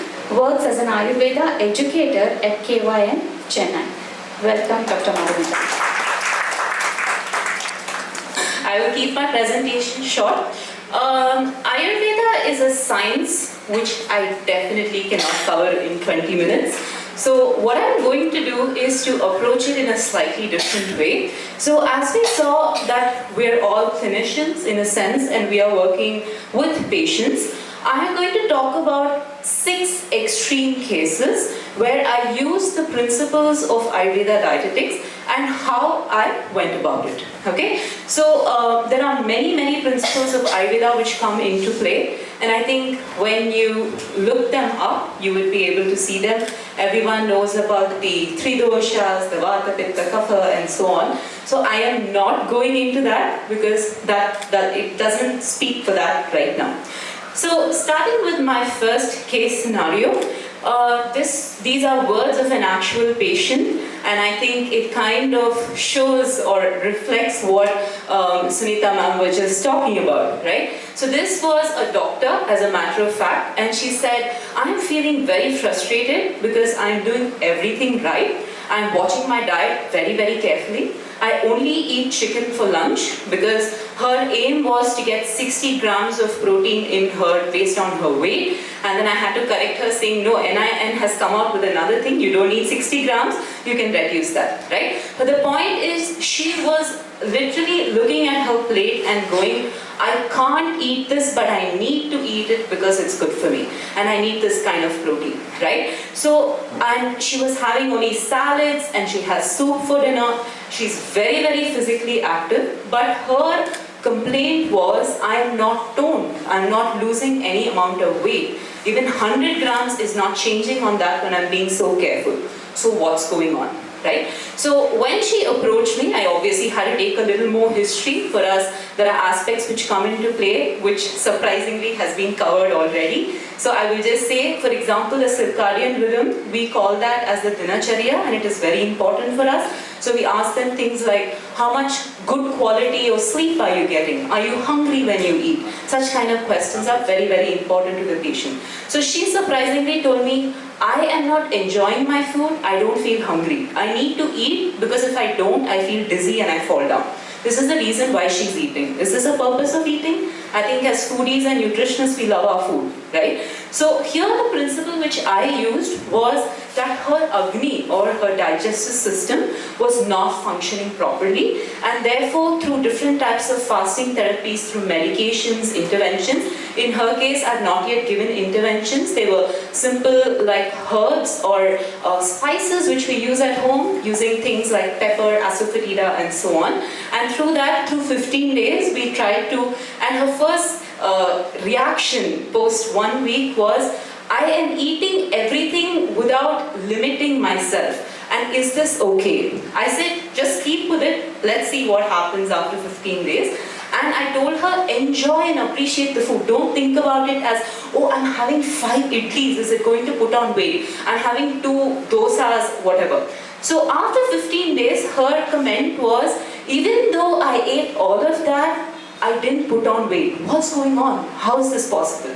So here, what had happened was her diet was based on what she was enjoying to eat, so it was getting metabolized properly. And when we improved her Agni or her digestion, it really helped her, right? So that's the first case scenario. Let's move on to the next one. So this I think is very, very common, where when we have a family of 2 at least, it's much easier for the family to have the same kind of food rather than 2 different meals. So if I ever tell the wife, why don't you think about yourself? Why don't you make something for yourself? It's impossible. I need to think about the children. I need to think about the husband. I need to think about somebody else I'm taking care of. So whatever is left, I'm willing to eat. Just cooking for myself is so much stress, right? So these were 2 cases where the first one, she basically said, my husband was following this amazing diet and he's so fit. So I thought I would try it too. And I failed. I started feeling dizzy. I was not able to concentrate on my work. I was feeling very gassy, distended, and I was not feeling comfortable, right? The other one was, so this is again, I think, a common trend many of you may know about, which people are supporting. Initially, someone came to me saying, why don't you write about this? Isn't this something which is from Ayurveda? I said, I'm sorry, this is not Ayurveda. Ayurveda does not say lemon water with honey is something everybody should take. Because if someone comes to me and says, I'm having acid reflux, I'm burning up, I'm vomiting, I cannot give them lemon water as the first thing in the morning. So what is going on here? Why is it differing that one fasting thing is working for somebody and it's not working for somebody else?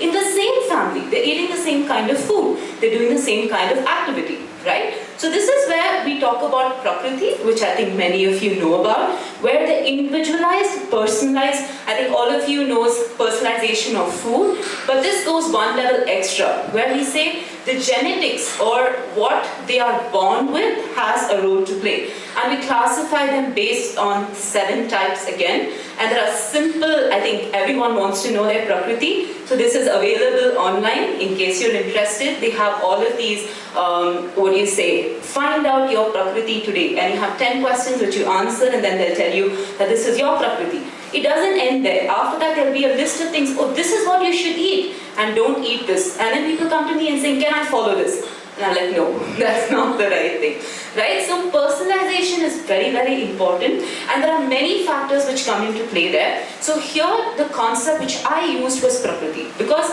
not every fasting diet is useful. I'm a person who cannot fast. If I fast, by afternoon, I have very low BP. My BP will go down and I'll probably succumb to that due to dizziness, right? While my husband, he has been doing a liquid fast for the 2 days, and he's like, I'm not losing any weight, right? So these are the kind of differences based on the Prakriti of a person, and identifying that is important.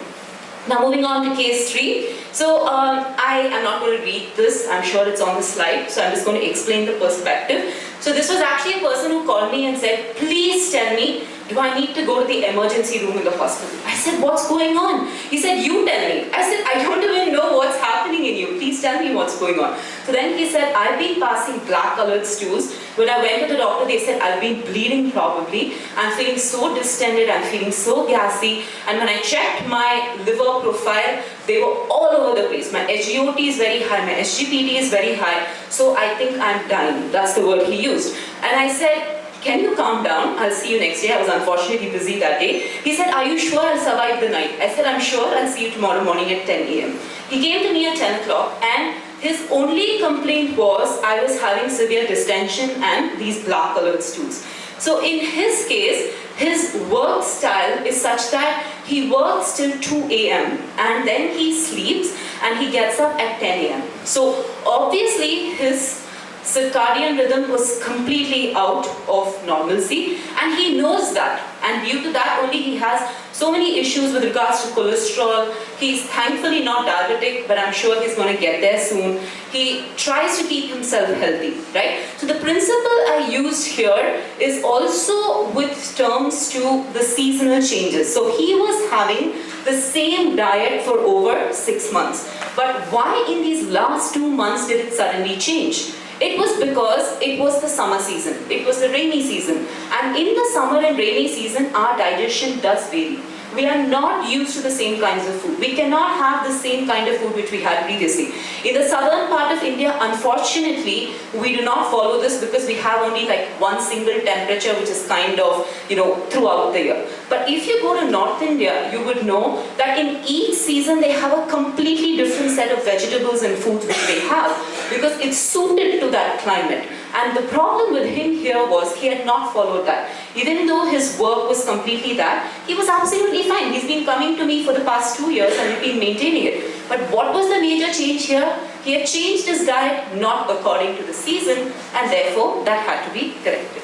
Now moving on to the 4th question. So this was a very interesting case of a child who had come to me. He was a 15-year-old child, as a matter of fact, and they had shifted from Himachal Pradesh to Chennai. And you definitely know that the presentation of the place and the experience is quite different. We joke in Chennai that we have only 3 seasons, hot, hotter and hottest. And that's how it is. But in Himachal Pradesh, it's really cold, you have a lot of rain, you come from a hilly region, and it's definitely different. So the mother was very worried because she had an extremely active child who was playing tennis, etc. He lost 15 kgs in 3 months, and they were planning to stay in Chennai. She's like, should I just pack up my bags and go back? What's going on? So in this case, the principle which we used is what is called Desha, where he comes from a place which is cold, which has a lot of greenery, there's a lot of rain, so the kinds of foods he is suited to, such as mustard oil, let's say a lot of dal makhani which contains the black gram, etc., is suited to that place, but definitely not Chennai where we are burning up, right? So this difference in diet based on where you stay, or what we call as Desha, is also important. And when we worked with him over a period of time, it did adjust and he started gaining weight. Next question. So this is something which I commonly come across, especially I would say now surprisingly in children and more in the geriatric age group, where they say my child or I am able to digest only moong dal. I'm not able to have any of the other dals. Previously I used to have everything and I had no issue. So what is the difference? So is there an inherent difference in this?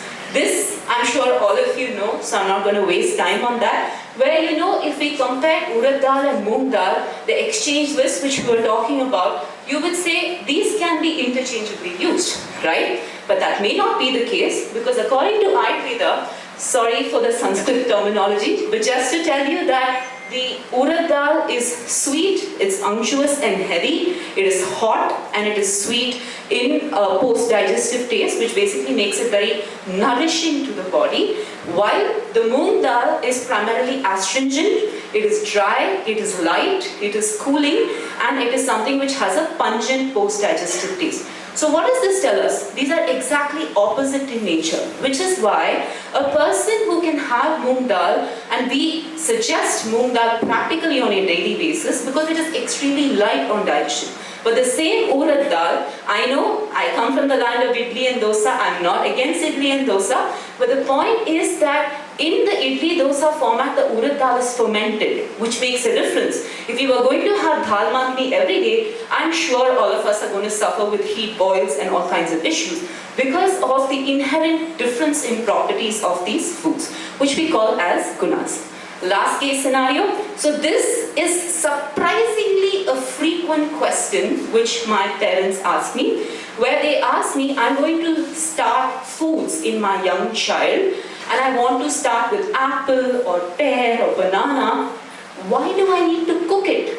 Why can't I just give it like that? It's simple for me to just get a soft apple, mash it and give it. But is that the right way? Because the processing method has a huge role to play. Just to give you an example, can we have uncooked raw rice? No, right? So obviously are vigorously shaking our heads because we know that's not something someone can digest. So when you make that into kanji, you know that that's going to be very, very light on digestion, right? Similarly, we have this processing method which we make for pongal, where we dry roast the rice and then we cook it. And we know that that's very light on digestion. And if you puff it up and make it into like a mamra as compared to a raw uncooked rice, you can eat it even if it's raw because it is processed and the property has changed. So this concept of karana, or where you process the food by adding fire, by adding water, are ways in which we can alter the nature of that food and the effect that it has on your body, right? So this was just to tell you a few case scenarios of how we use the concept of Ayurveda dietetics. I hope that was useful. So just to give a summary, when we're talking about a family like this, the family is a person who all of you are very good at in the terms of ABCD. I think all of you know the anthropometric measurements, the biochemical data, the clinical status, and the dietary intake that the person has. But probably now we have to add a flavor to it with regards to their prakriti, where they come from, what season it is, etc., to give this person a perfect, personalized and individualized diet. So I'd just like to share a very few case studies before I hand it back to you, just a few more minutes. So this was a psoriasis case which we worked with. I work with nutritionists as well as yoga practitioners, and we have been working on cases together to understand what the effect is. So this was a case where she lived out of India, so had no access to Ayurveda medicines. So we just used diet, a fasting therapy, and I'd just like to show you the difference which you could see in 10 days, right? Just to take you through the pictures, so you can see that the rashes were quite a bit on the neck, and as you go down the slides, you can see that they practically disappeared. And this was just by a fasting therapy. There was no medication, there was no intervention. Vitiligo, this was another case which I worked in 2022 on 18th February. I think you can see the pictures where you can see that her toes had these whitish discoloration. So she freaked out and she called me. She was from Australia, but thankfully this required medications apart from diet. So I cleaned up her diet based on the Ayurveda principles as well as gave her medications. So this was about in March 2022. You can see that the coloration has come back. And this was 6th April when she was almost completely fine. Right? ASD, this is an area which I've been working with quite a bit right now, that is autism spectrum disorder. These were just two cases I'd like to very quickly talk about. There was an 8-year-old child, you can read the slides, but just to say that she recently came and she was not very communicative, non-verbal, she was just not very good initially when she came, but now whenever she comes to me, she says, "Hi doctor." She takes a stethoscope and she says, "This is a stethoscope," right? So these are things which are improvement, and her family basically said that my child is now able to make distinctions of relationships. She's able to say who's related to who and what their names are. The second case was something which really stands out in my head, because this child, the first time he came into my OPD, he picked up a measuring tape and he thought it looked like a car. It was shaped like a car. And he said, "Vroom, vroom, vroom," and that's it. He couldn't speak. 1 year later, the same child came back. He picked that up and he said, "This is a measuring tape." So I think that itself was a huge benefit to me, is to say that yes, this child is learning something.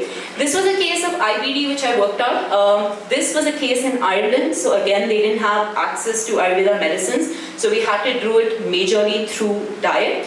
So there are occurrences for him or recurrences for him which he sees, particularly towards the December time, because he loves meat and it's not suited to him. But I have been working with him, and this was just his review, where he said that he started feeling so much more confident about himself, because he thought that there was no way of coming back from this. He lost so much weight, he was bleeding severely, etc. But now he is at a state where at least till December, he's like, "I don't need you. In December, I'll call you," right? So because he knows once he indulges, there's no way in which he cannot overcome this without medications. This is the last case I'd like to share. This was a case of hair loss. She came to me in 12th August 2022. The first two pictures on the left are that. November 2022 is on the right. So you can see that here she required diet changes. She needed what we call as a cleanse, an internal cleanse. And she also needed a few medications, of course. And this is her in March 2023. So with that, I'd like to end. Thank you so much for this opportunity and for the patient listening. It's very, very impressive. And you took the whole principles of Ayurveda and put it in a nutshell in the 20 minutes. That was wonderful. And I'm sure moving forward, we would like to have sessions with you, so that we are not very greedy, but we would like to learn from you. Yeah, thank you so much again. And then we will open now that the academic sessions are over, we'll open it up for the question and answers. Anybody with questions for our speakers? Madhumita, so you mentioned that you have cured the psoriasis using gut healing procedures and also the principles of Ayurveda. We just had a clinical nutritionist. We just want to know what is that superfood that cures psoriasis personally. Most skin conditions start from the gut. Like we've been talking about the gut microbiome, the health of that related to the skin. So in that case, it was a 7-day therapy, as a matter of fact, where the first 2 days they're on very light diet, like liquid diet, and I must say she was fabulous in that. Most patients find it very, very difficult to be on a liquid diet. If I say kanchi rice, they're like ready to run away. They're like, we're ready to do anything else, but we cannot do diet, right? But the point is, in her, she was very good. So the first 2 days we did the fasting, the liquids, then we went on to semi-solid foods.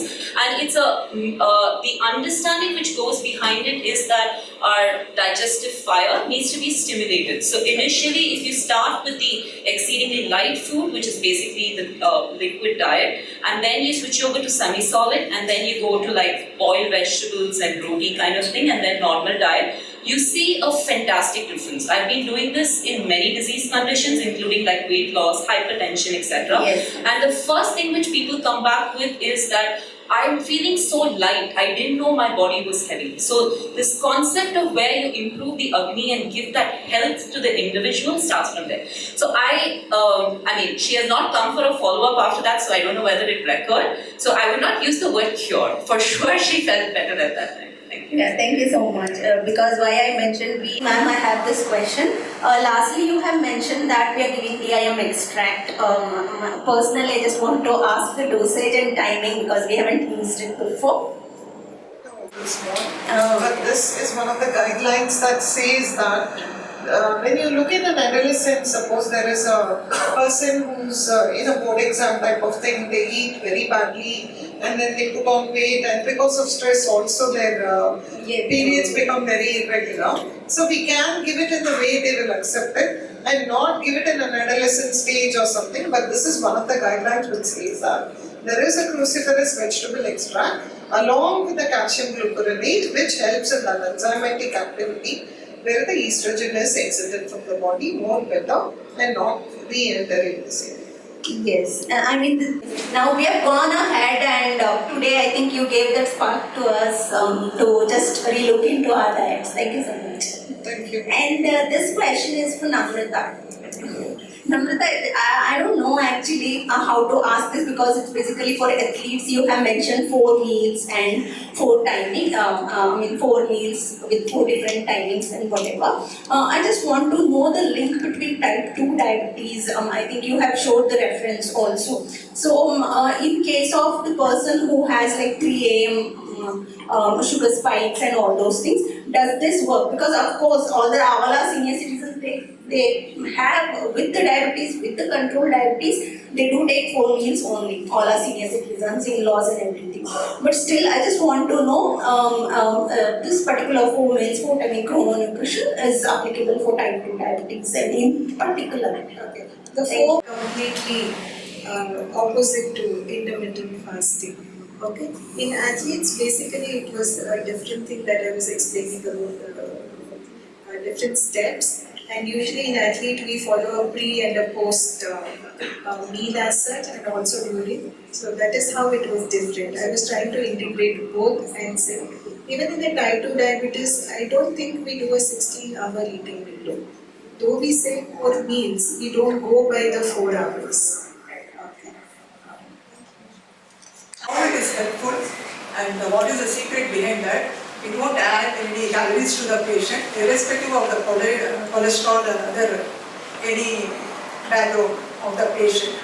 Because a few of my patients, they come with a key indication in the day and all.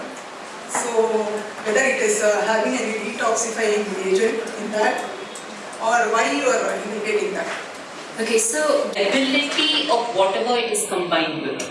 Just to give you an example, in a child, they say if you give rice with ghee, that's the best thing which you can help in nourishment of the child because it helps in better absorption of whatever you're giving it with. So in the case of atherosclerosis, or where a person has higher cholesterol, etc., we would give medicated ghees which are processed with herbs which will not increase the cholesterol, because I understand it's a saturated fat and that's why this concern comes. And when they come to us, they're like, but you're giving us a saturated fat. Obviously people are very well read right nowadays. So the concept which we need to explain to them, because they go to the level of I don't want to have this because I know it's going to increase my cholesterol, and I think also because of vegan, this one ghee has become an issue. And another very common GFCF diet in which ghee comes as part of, even though it doesn't contain casein, people sometimes skip that also because it's a milk product. So the point is ghee in small quantities. I'm not talking about in cupfuls or in 10 ml or I would say larger quantities, no. But in about a teaspoon quantity with every meal or medication is very, very good for improving the Agni again, the digestive file. And it has many, many properties of improving the absorption of what you give it with. So if we give it with medicinal herbs, like even spices for that matter, if you fry the hing in ghee and give it, the ability of absorption of that is much higher as compared to if you just have it like that. So those are the ways in which we use the ghee in practice. Oh, you don't use butter in that case. Butter is not the same property. So butter is something which I would give in very specific situations. So I should also mention that this was actually a study which was done at our university, and we found that the commercially available butters and ghees which we are talking about are not what we are talking about in the classics. So the original preparation of ghee at that time used to be where you ferment the curd, you remove the butter, you churn it, and then you melt that fermented butter and then you make ghee. But nowadays, because that's not obviously a possible in the industrial size or scale at which they're doing it, they extract the fat from the milk directly. There's no fermentation involved. So that is called butter oil. So the effect of the butter oil is very different from the fermentation process which goes through in our natural formation of ghee. And coconut oil against, but in placement because of it has ghee, got MCTs, no? Because we generally use for the liquid diet, we use instead of ghee we put MCTs in the form of coconut oil. So is there any option like you don't get ghee, you use coconut oil in that case? You can.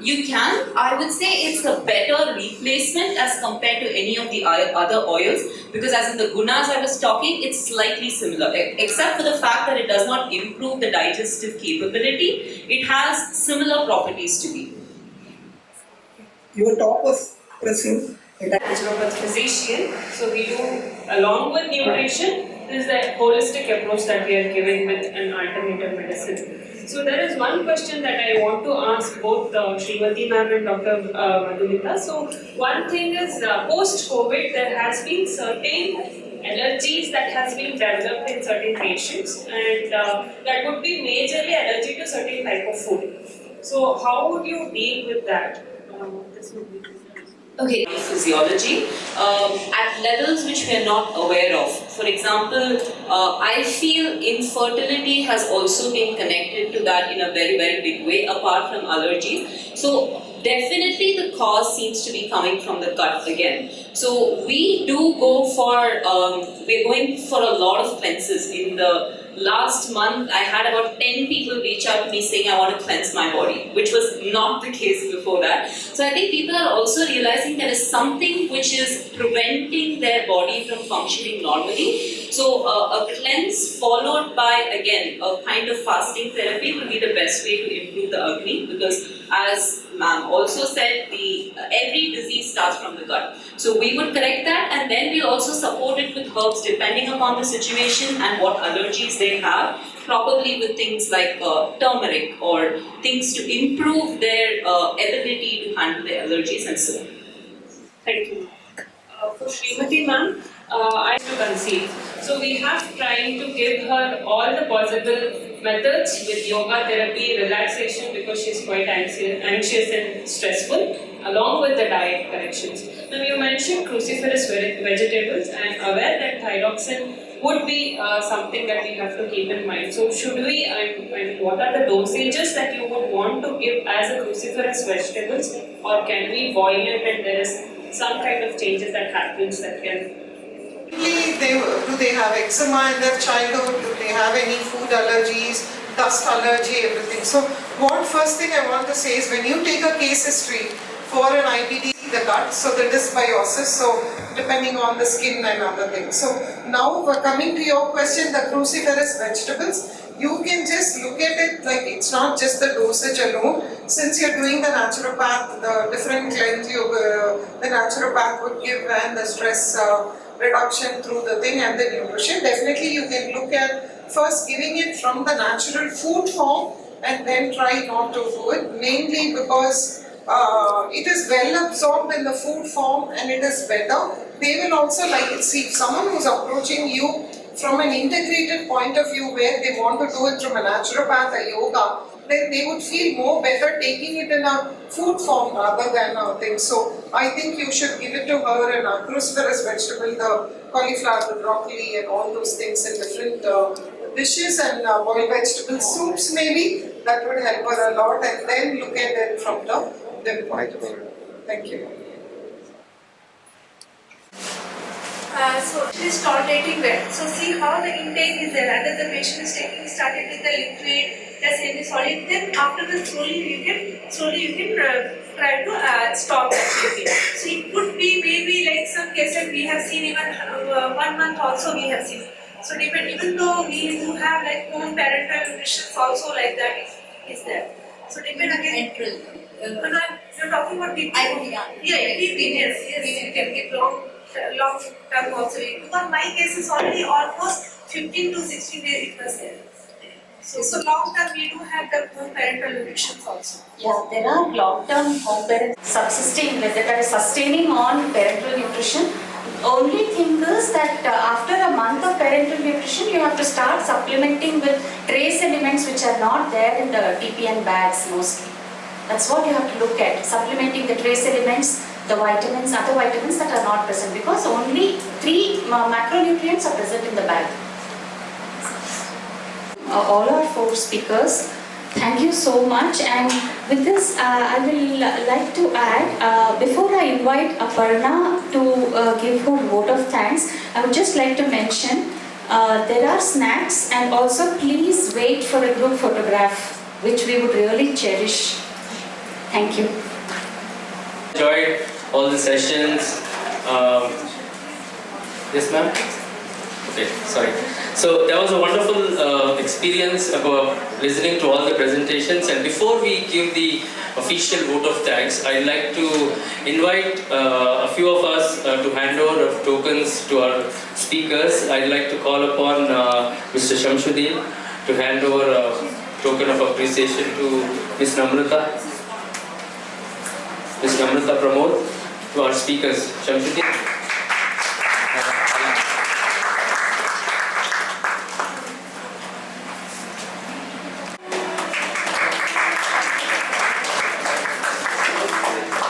Token of appreciation to Ms. Rinki Kumari.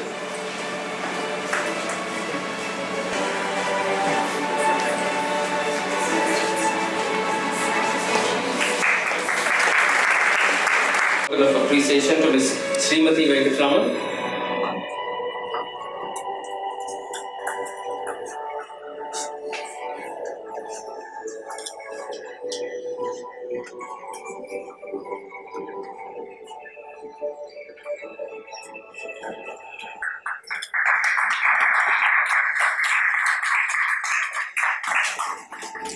Dr. Madhumita Krishnan.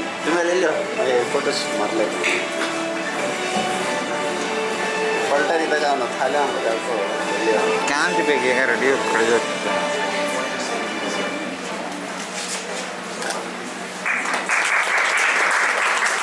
Hospital.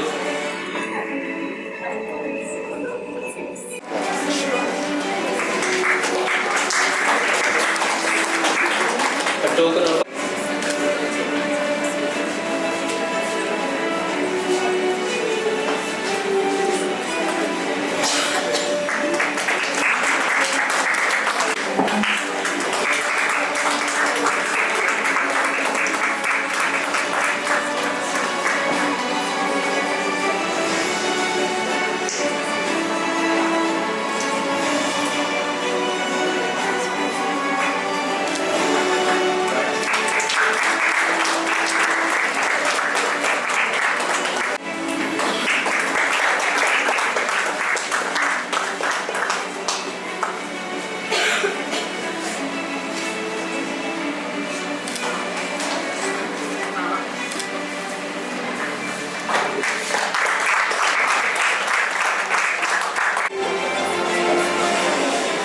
I hope you all had an insightful session.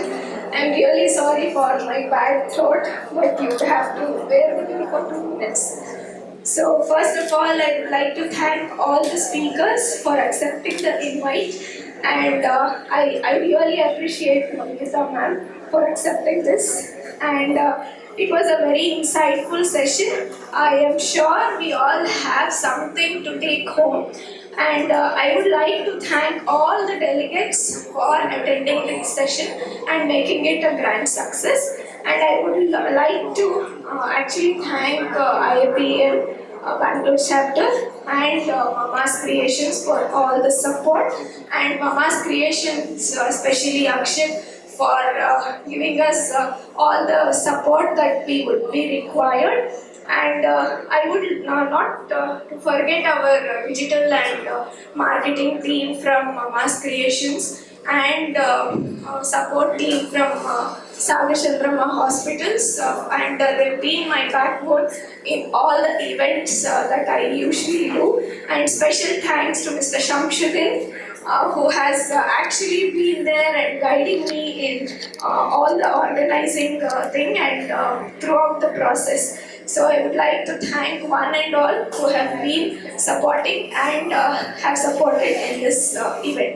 Thank you. The nitty-gritty details that she goes into, I just wanted all of you to know that the badge that she has given you as a nutrition badge, she has hand-painted all of it.